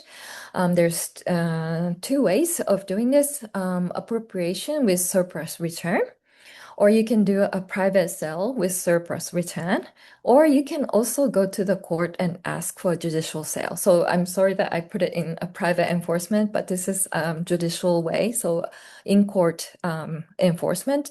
So judicial sale is also an option. So there's three methods. And then, of course, protection of debtors are created in the statute. So enforcement is only possible after a default, and you must notify the debtor as well as relevant parties, and you must have a certain waiting period for you in order to enforce. And surplus value, as I said, must also be returned. So Japan introduces this structured out-of-court enforcement mechanism with redistribution duties. So this is now very clear. This wasn't clear before the law, so there was a lot of speculation, but now it's very clear-cut in the law. So now I just want to briefly introduce the enterprise value security interest. So this is a 2024 act. Collateral is the university of assets consisting of business assets, anything, tangible, intangible, contractual position, goodwill, all covered. And enforcement only can be done by judicially. And there's a very complicated way of creating trust and how you can enforce within this trust, but I will not delve into this. The important part is that the law tries to enforce by going concern value. So that's the most important part. Here I'm just listing the possible ways of creating security rights in Japan. And this is my last slide, just to briefly show you. So the policy outcome here, you can see I have covered most of them. So the new law actually follows what the government is trying to do, which is to create credit secured by the business and not by the business order. One important aspect that I want to point out, which is similar to the model on secure transaction, what is left behind is a jodo tampo of immovables. That's going to be the biggest problem in Japan because the law just simply does not cover. We don't have any law that covers jodo tampo of immovables. So we have no idea how that is going to be treated. So that is one issue that is left behind. But I will finish here. Thank you very much. Thank you very much, Professor Hara. Moving on to the Philippines. The Philippines enacted the Personal Property Security Act in 2018. This was based on the UNCITRAL Model Law and is largely consistent with the desirable principles mentioned by Professor Gullifer earlier. Looking ahead, the chapter identified some challenges that must be addressed, namely the operationalization of the registry, the drafting of the registry rules, and capacity building. To discuss developments in the Philippines, we are pleased to have with us Ms. Griselda SANTOS, a financial inclusion advocate. Ms. SANTOS has extensive experience in secured transactions law reform, particularly in her previous roles in the World Bank Group and the International Finance Corporation. Over to you, please.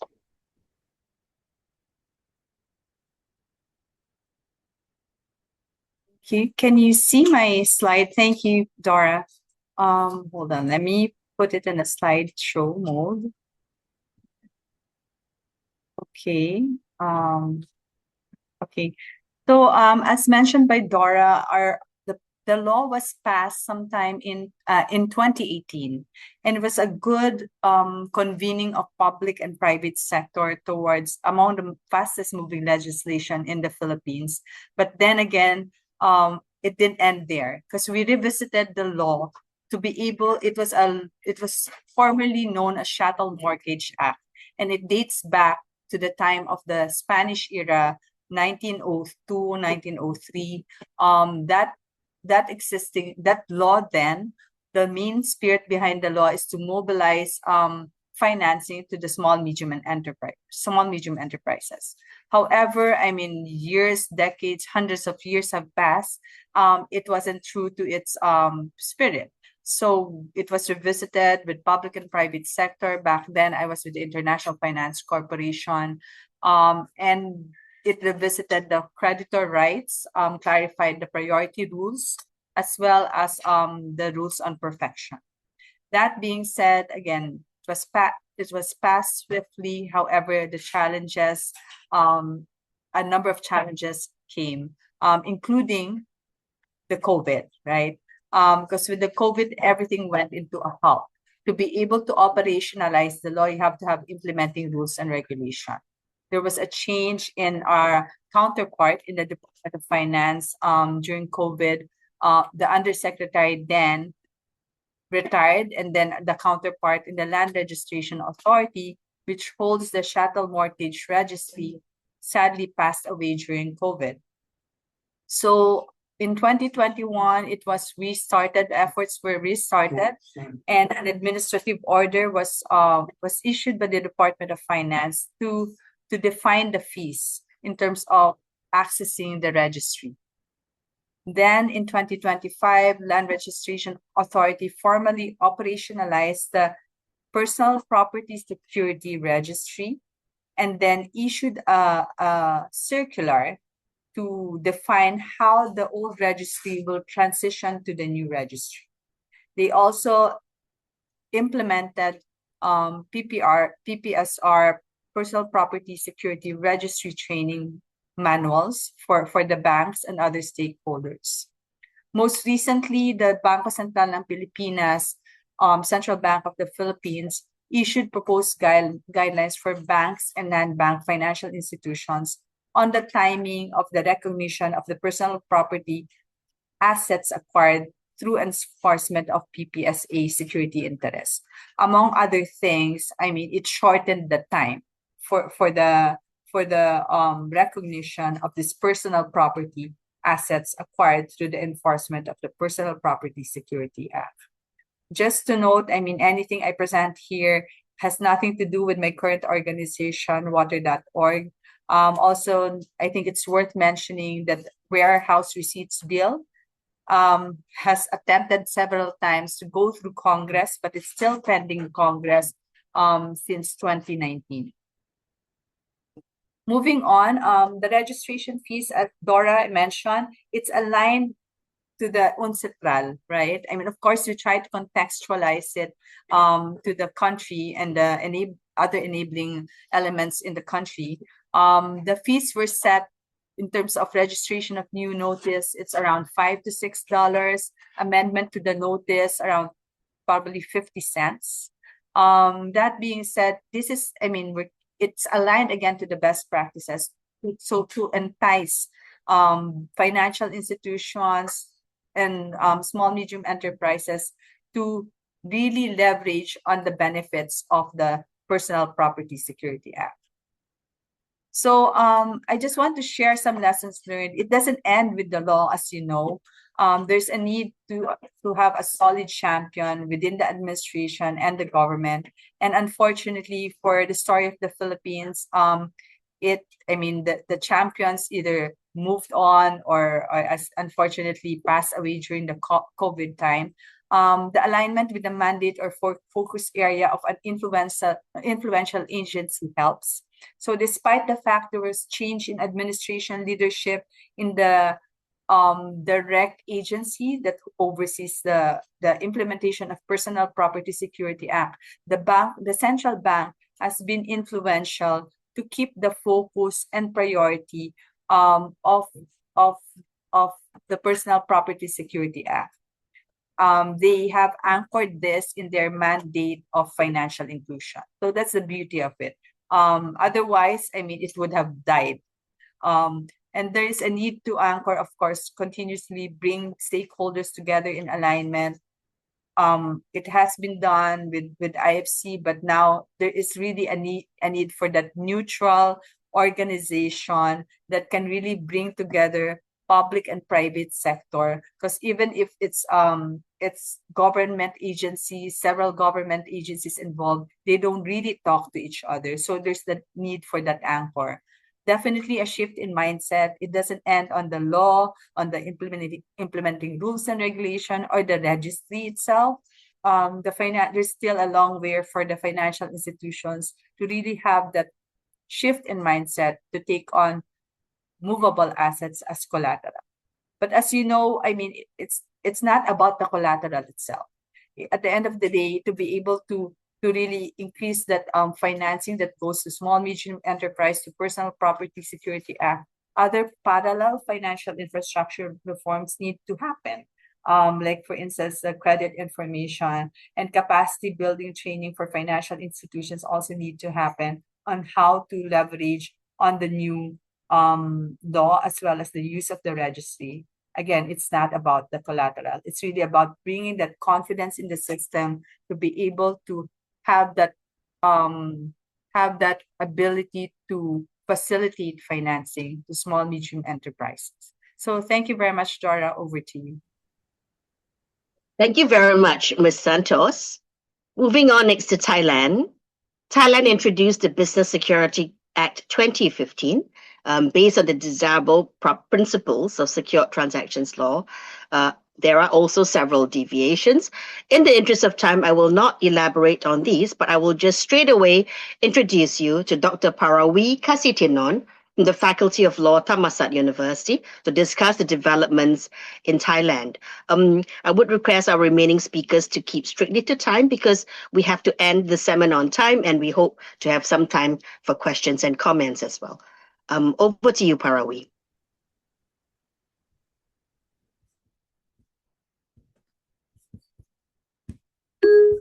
Thank you, Dora. Oh, dear distinguished colleagues and participants, it is a pleasure to join you today to discuss recent developments in secure transaction laws in Asia. With respect to Thailand, I would like to highlight two key points. First, conversion of criminal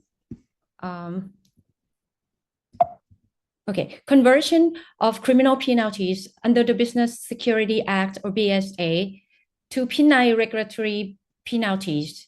And second, development of digital factoring ecosystem by the Bank of Thailand, or BOT. Without further ado, I would like to begin with the conversion of the criminal penalty under the original BSA into the penal regulatory penalties.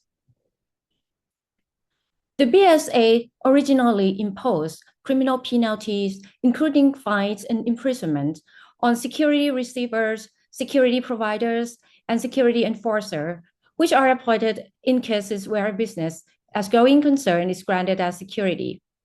These penalties applied when any of these parties fail to comply with certain statutory obligations, such as destroying or concealing the secure property, disclosing a security provider's confidential information obtained in their capacity as security receiver or security enforcer, making false statements or concealing material facts in an application for security enforcement, failing to apply for termination of registration when required under the BSA, or failing to allow the security receiver to inspect the secure property and the list of such property, or even failing to comply with the enforcement procedures prescribed by the BSA.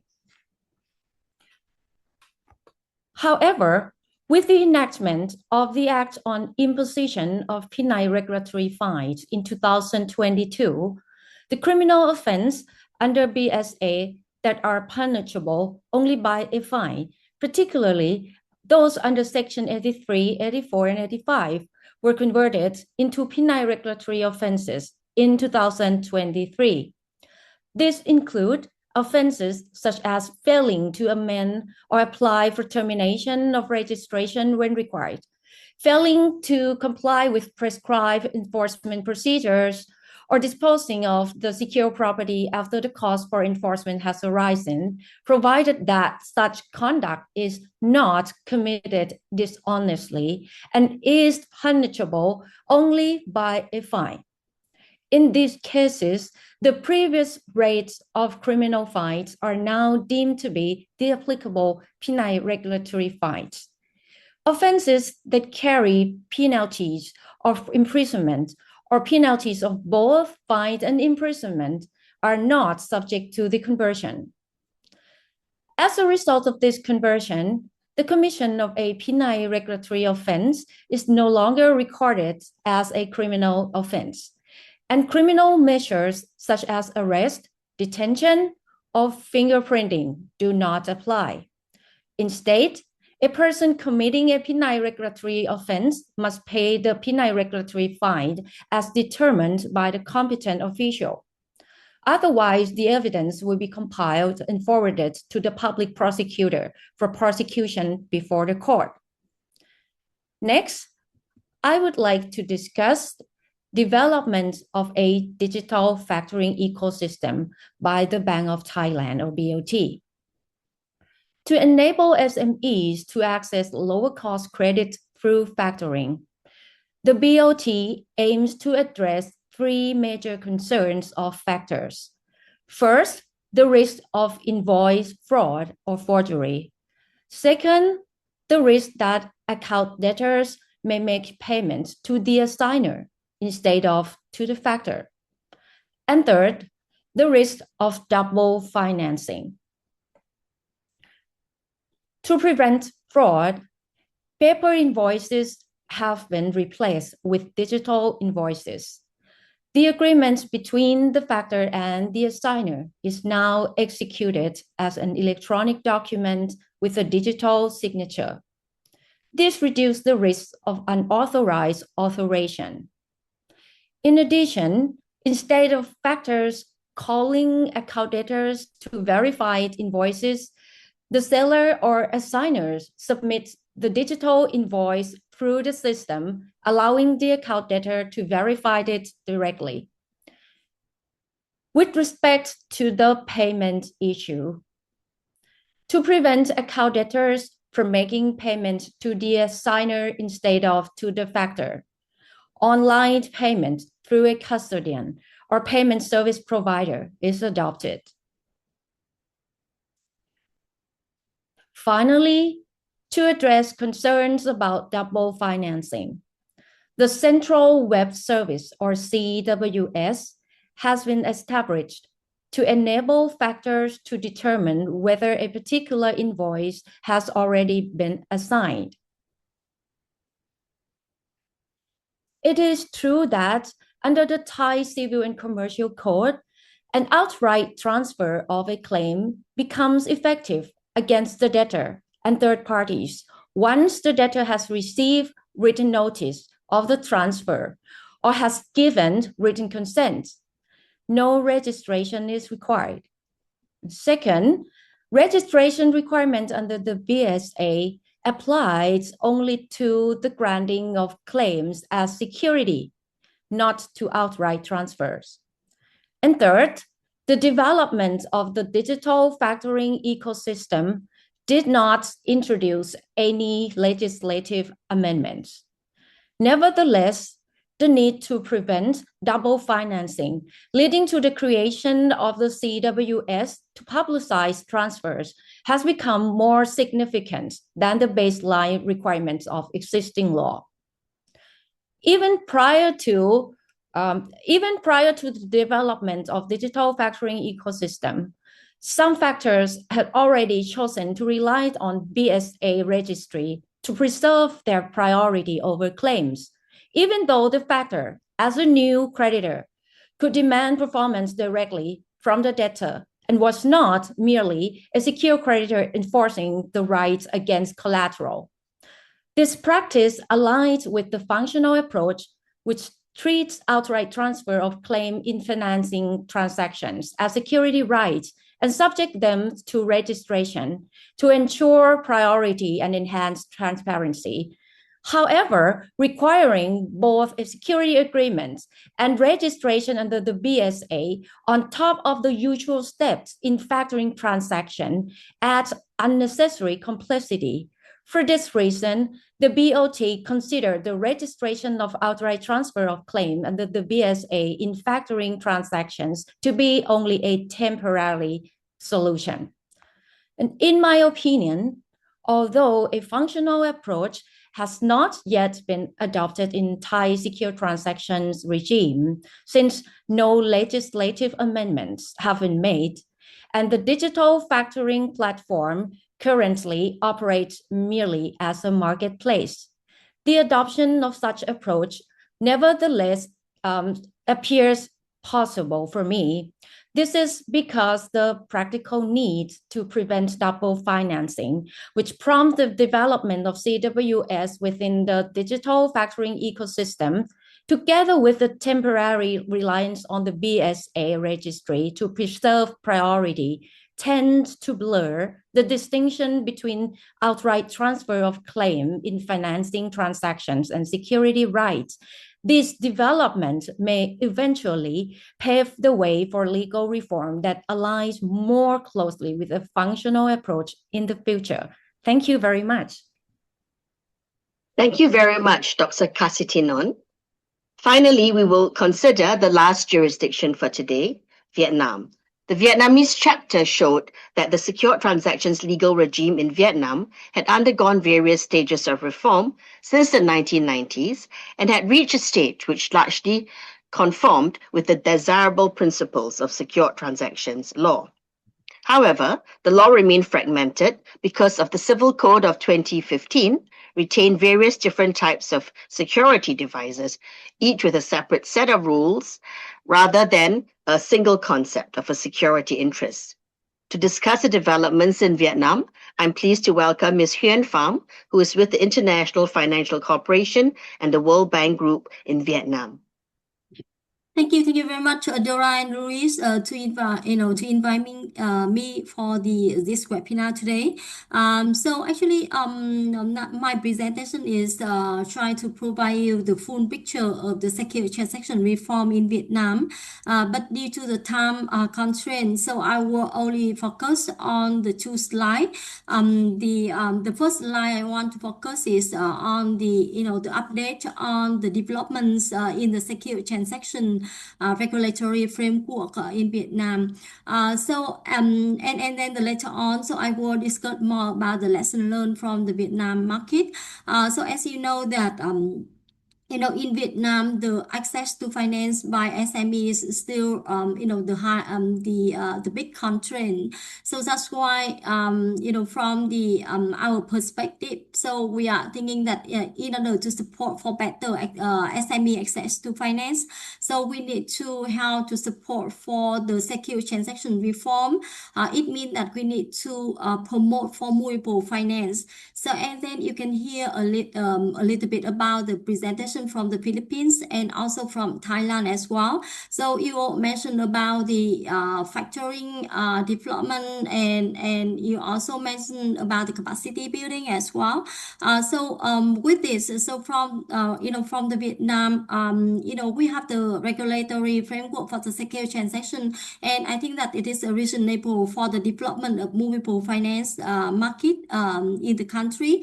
But somehow we have some nitty-gritty matter that the regulation need to address. So therefore, so we work very closely with our regulator and we advocate for the enabling environment for the movable finance, and in order to do that, so we were successfully to have the new degree on the secure devices, and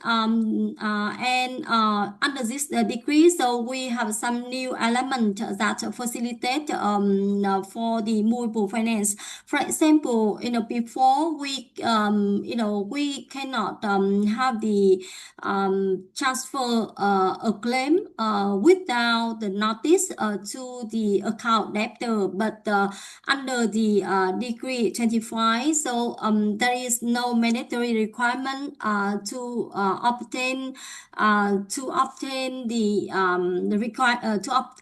account debtor consents, and also the purchaser can directly ask account debtor to pay directly to the to the financier. And then secondly, I think that the Decree 21 also gives more specific flexibility on the description of the collateral. For example, goods circulating during the manufacturing, trading, or warehouse need to be described by the value all time. So it means that we respect to the identification information for the collateral so and then the next one is about the warehouse financing. Normally in the warehouse financing we the commercial bank, they receive the inventory in the warehouse as the collateral, and our decree 21 required the financier to provide the information about the address and the code of the warehouses as well. So it will help the financier to do the secure transaction enforcement more effectively. And also about the continuation of the security interest is also provided with the decree 21. So it means that for example, if you have the collateral and you have the security interest, and then you transfer the security interest to other people, so so it means that the new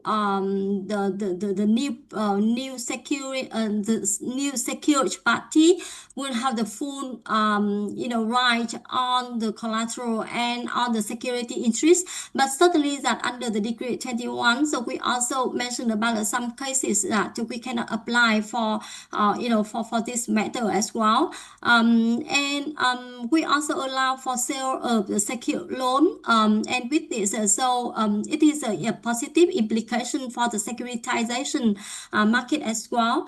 And I think that the more important thing is for the creditor right to realize the collateral. So it means that if the in the security contract on the credit contract, both parties agree that if there is any signal for the default, so the secured party can do enforcement immediately without the notice to the securing party. So it is also held for the the secure transaction enforcement.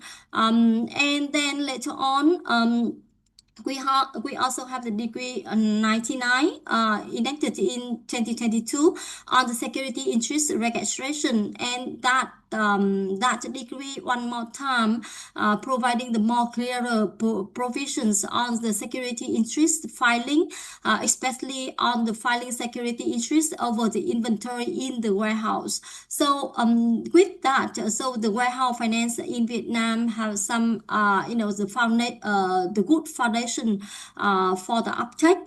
And under our effort, we also help to support the State Bank of Vietnam to develop the more multiple finance product. For example, we are trying to support for the factoring businesses, and under our former credit institution law 2014, so it only allowed for the recourse factoring, but the new credit institution law 2024 is allowed for both recourse and non-recourse factoring, but there is some shortcoming in the definition of the factoring in the law, because Vietnam still consider factoring is a kind of credit methodology. So that's why they need to apply the criteria for the for loan. So therefore, non-recourse factoring is not yet updated in Vietnam, and we are still trying to advocate for the State Bank of Vietnam to to remove a shortcoming in the regulations on factoring relating the non-recourse factoring, under the new credit institution law, we also allow the factors and the non-bank lending institution to do the non-financing services as well, like for example the collection and also the credit coverage as well, and the management of receivables as well. And then I think that currently the most important the resolution issued by our Politburo, the resolution 68. So it is provide the request for all the ministry and all the commercial bank to support for the better access to finance by the SME. So it means that under the resolution, so it's encourage the financial institution to diversify their product to include movable finance and supply chain finance in their portfolio. And the resolution also promote for non-deposit taking lenders as well. And we also facilitate for the third party supporting services like the data and analytic, collateral management services, or trade credit insurance. And we also the Resolution 68 also emphasize about the promoting the receivable securitization. So I think that it's from the top-down influence to the market, and I think that I have can I have only one or 2 minutes to talk more about the key lessons learned from Vietnam. I'm sorry to interrupt, Yes. Huyen. I think we would have to stop now, Yes. and I think you've given us a lot of valuable information. Yes. Okay, so yes, thank you, Dora. So to conclude, I just want to say that there are some key lessons learned from the Vietnam. So we apply the top-down and bottom-up influences, and we conducted the secure transaction reform with all the pillars. For example, the legal, regulatory reform, institutional capacity improve, lending capacity increase, judicial support, or existence of the third-party supporting services, and the collaboration among the financial and non-financial regulators as well. So with this, I would like to close my presentation. I'm sorry that I have a little bit over timing, but I'm happy to answer any question if you may have. Now the floor is yours, Miss Dora. Thank you. Thank you very Thank much. you. Sorry, Dora, do you want to? Yes, please go ahead, Louise, to take us to the next part of this webinar. We've come to the end of our time, and also I've managed to exhaust at a great lick the Q&A. So I just want to say 1 or 2 thank yous to the people who've made this happen, because I think it's been a fantastically interesting seminar. I found it really fascinating. First of all, thank you to all our speakers. 1 or 2 have had to go, but thank you so much for that. We are delighted that we've had such an extremely good overview of nearly all the countries that were in our book, certainly the countries where anything's happened. So thank you so much for speaking. I'd also like to thank the 2 centres. The Cambridge Centre, I think I'm probably the only person here from that, so I don't want to thank myself. But NUS, I'd very much like to thank both CBFL and the E.W. Barker Centre for their support. That's also Sandra Boyson, who I think still is here, and Hans Tico, who's in charge of the E.W. Barker Centre for Law and Business, and particularly to thank the admin team. So Diana, who is not able to be with us because she's not well, but she did an absolutely wonderful job at setting this all up. But Ibram, I think it was, who was organising the slides today, and thank you so much for them. It's been a great joint effort. And lastly, I'd like to thank Dora, who's been in Cambridge for the last term. You can see it behind her face. It's been a great joy to have her in Cambridge, and it's been a great joy to organise this. So thank you so much, Dora. Thank you so much, Louise, and thank you so much, everyone.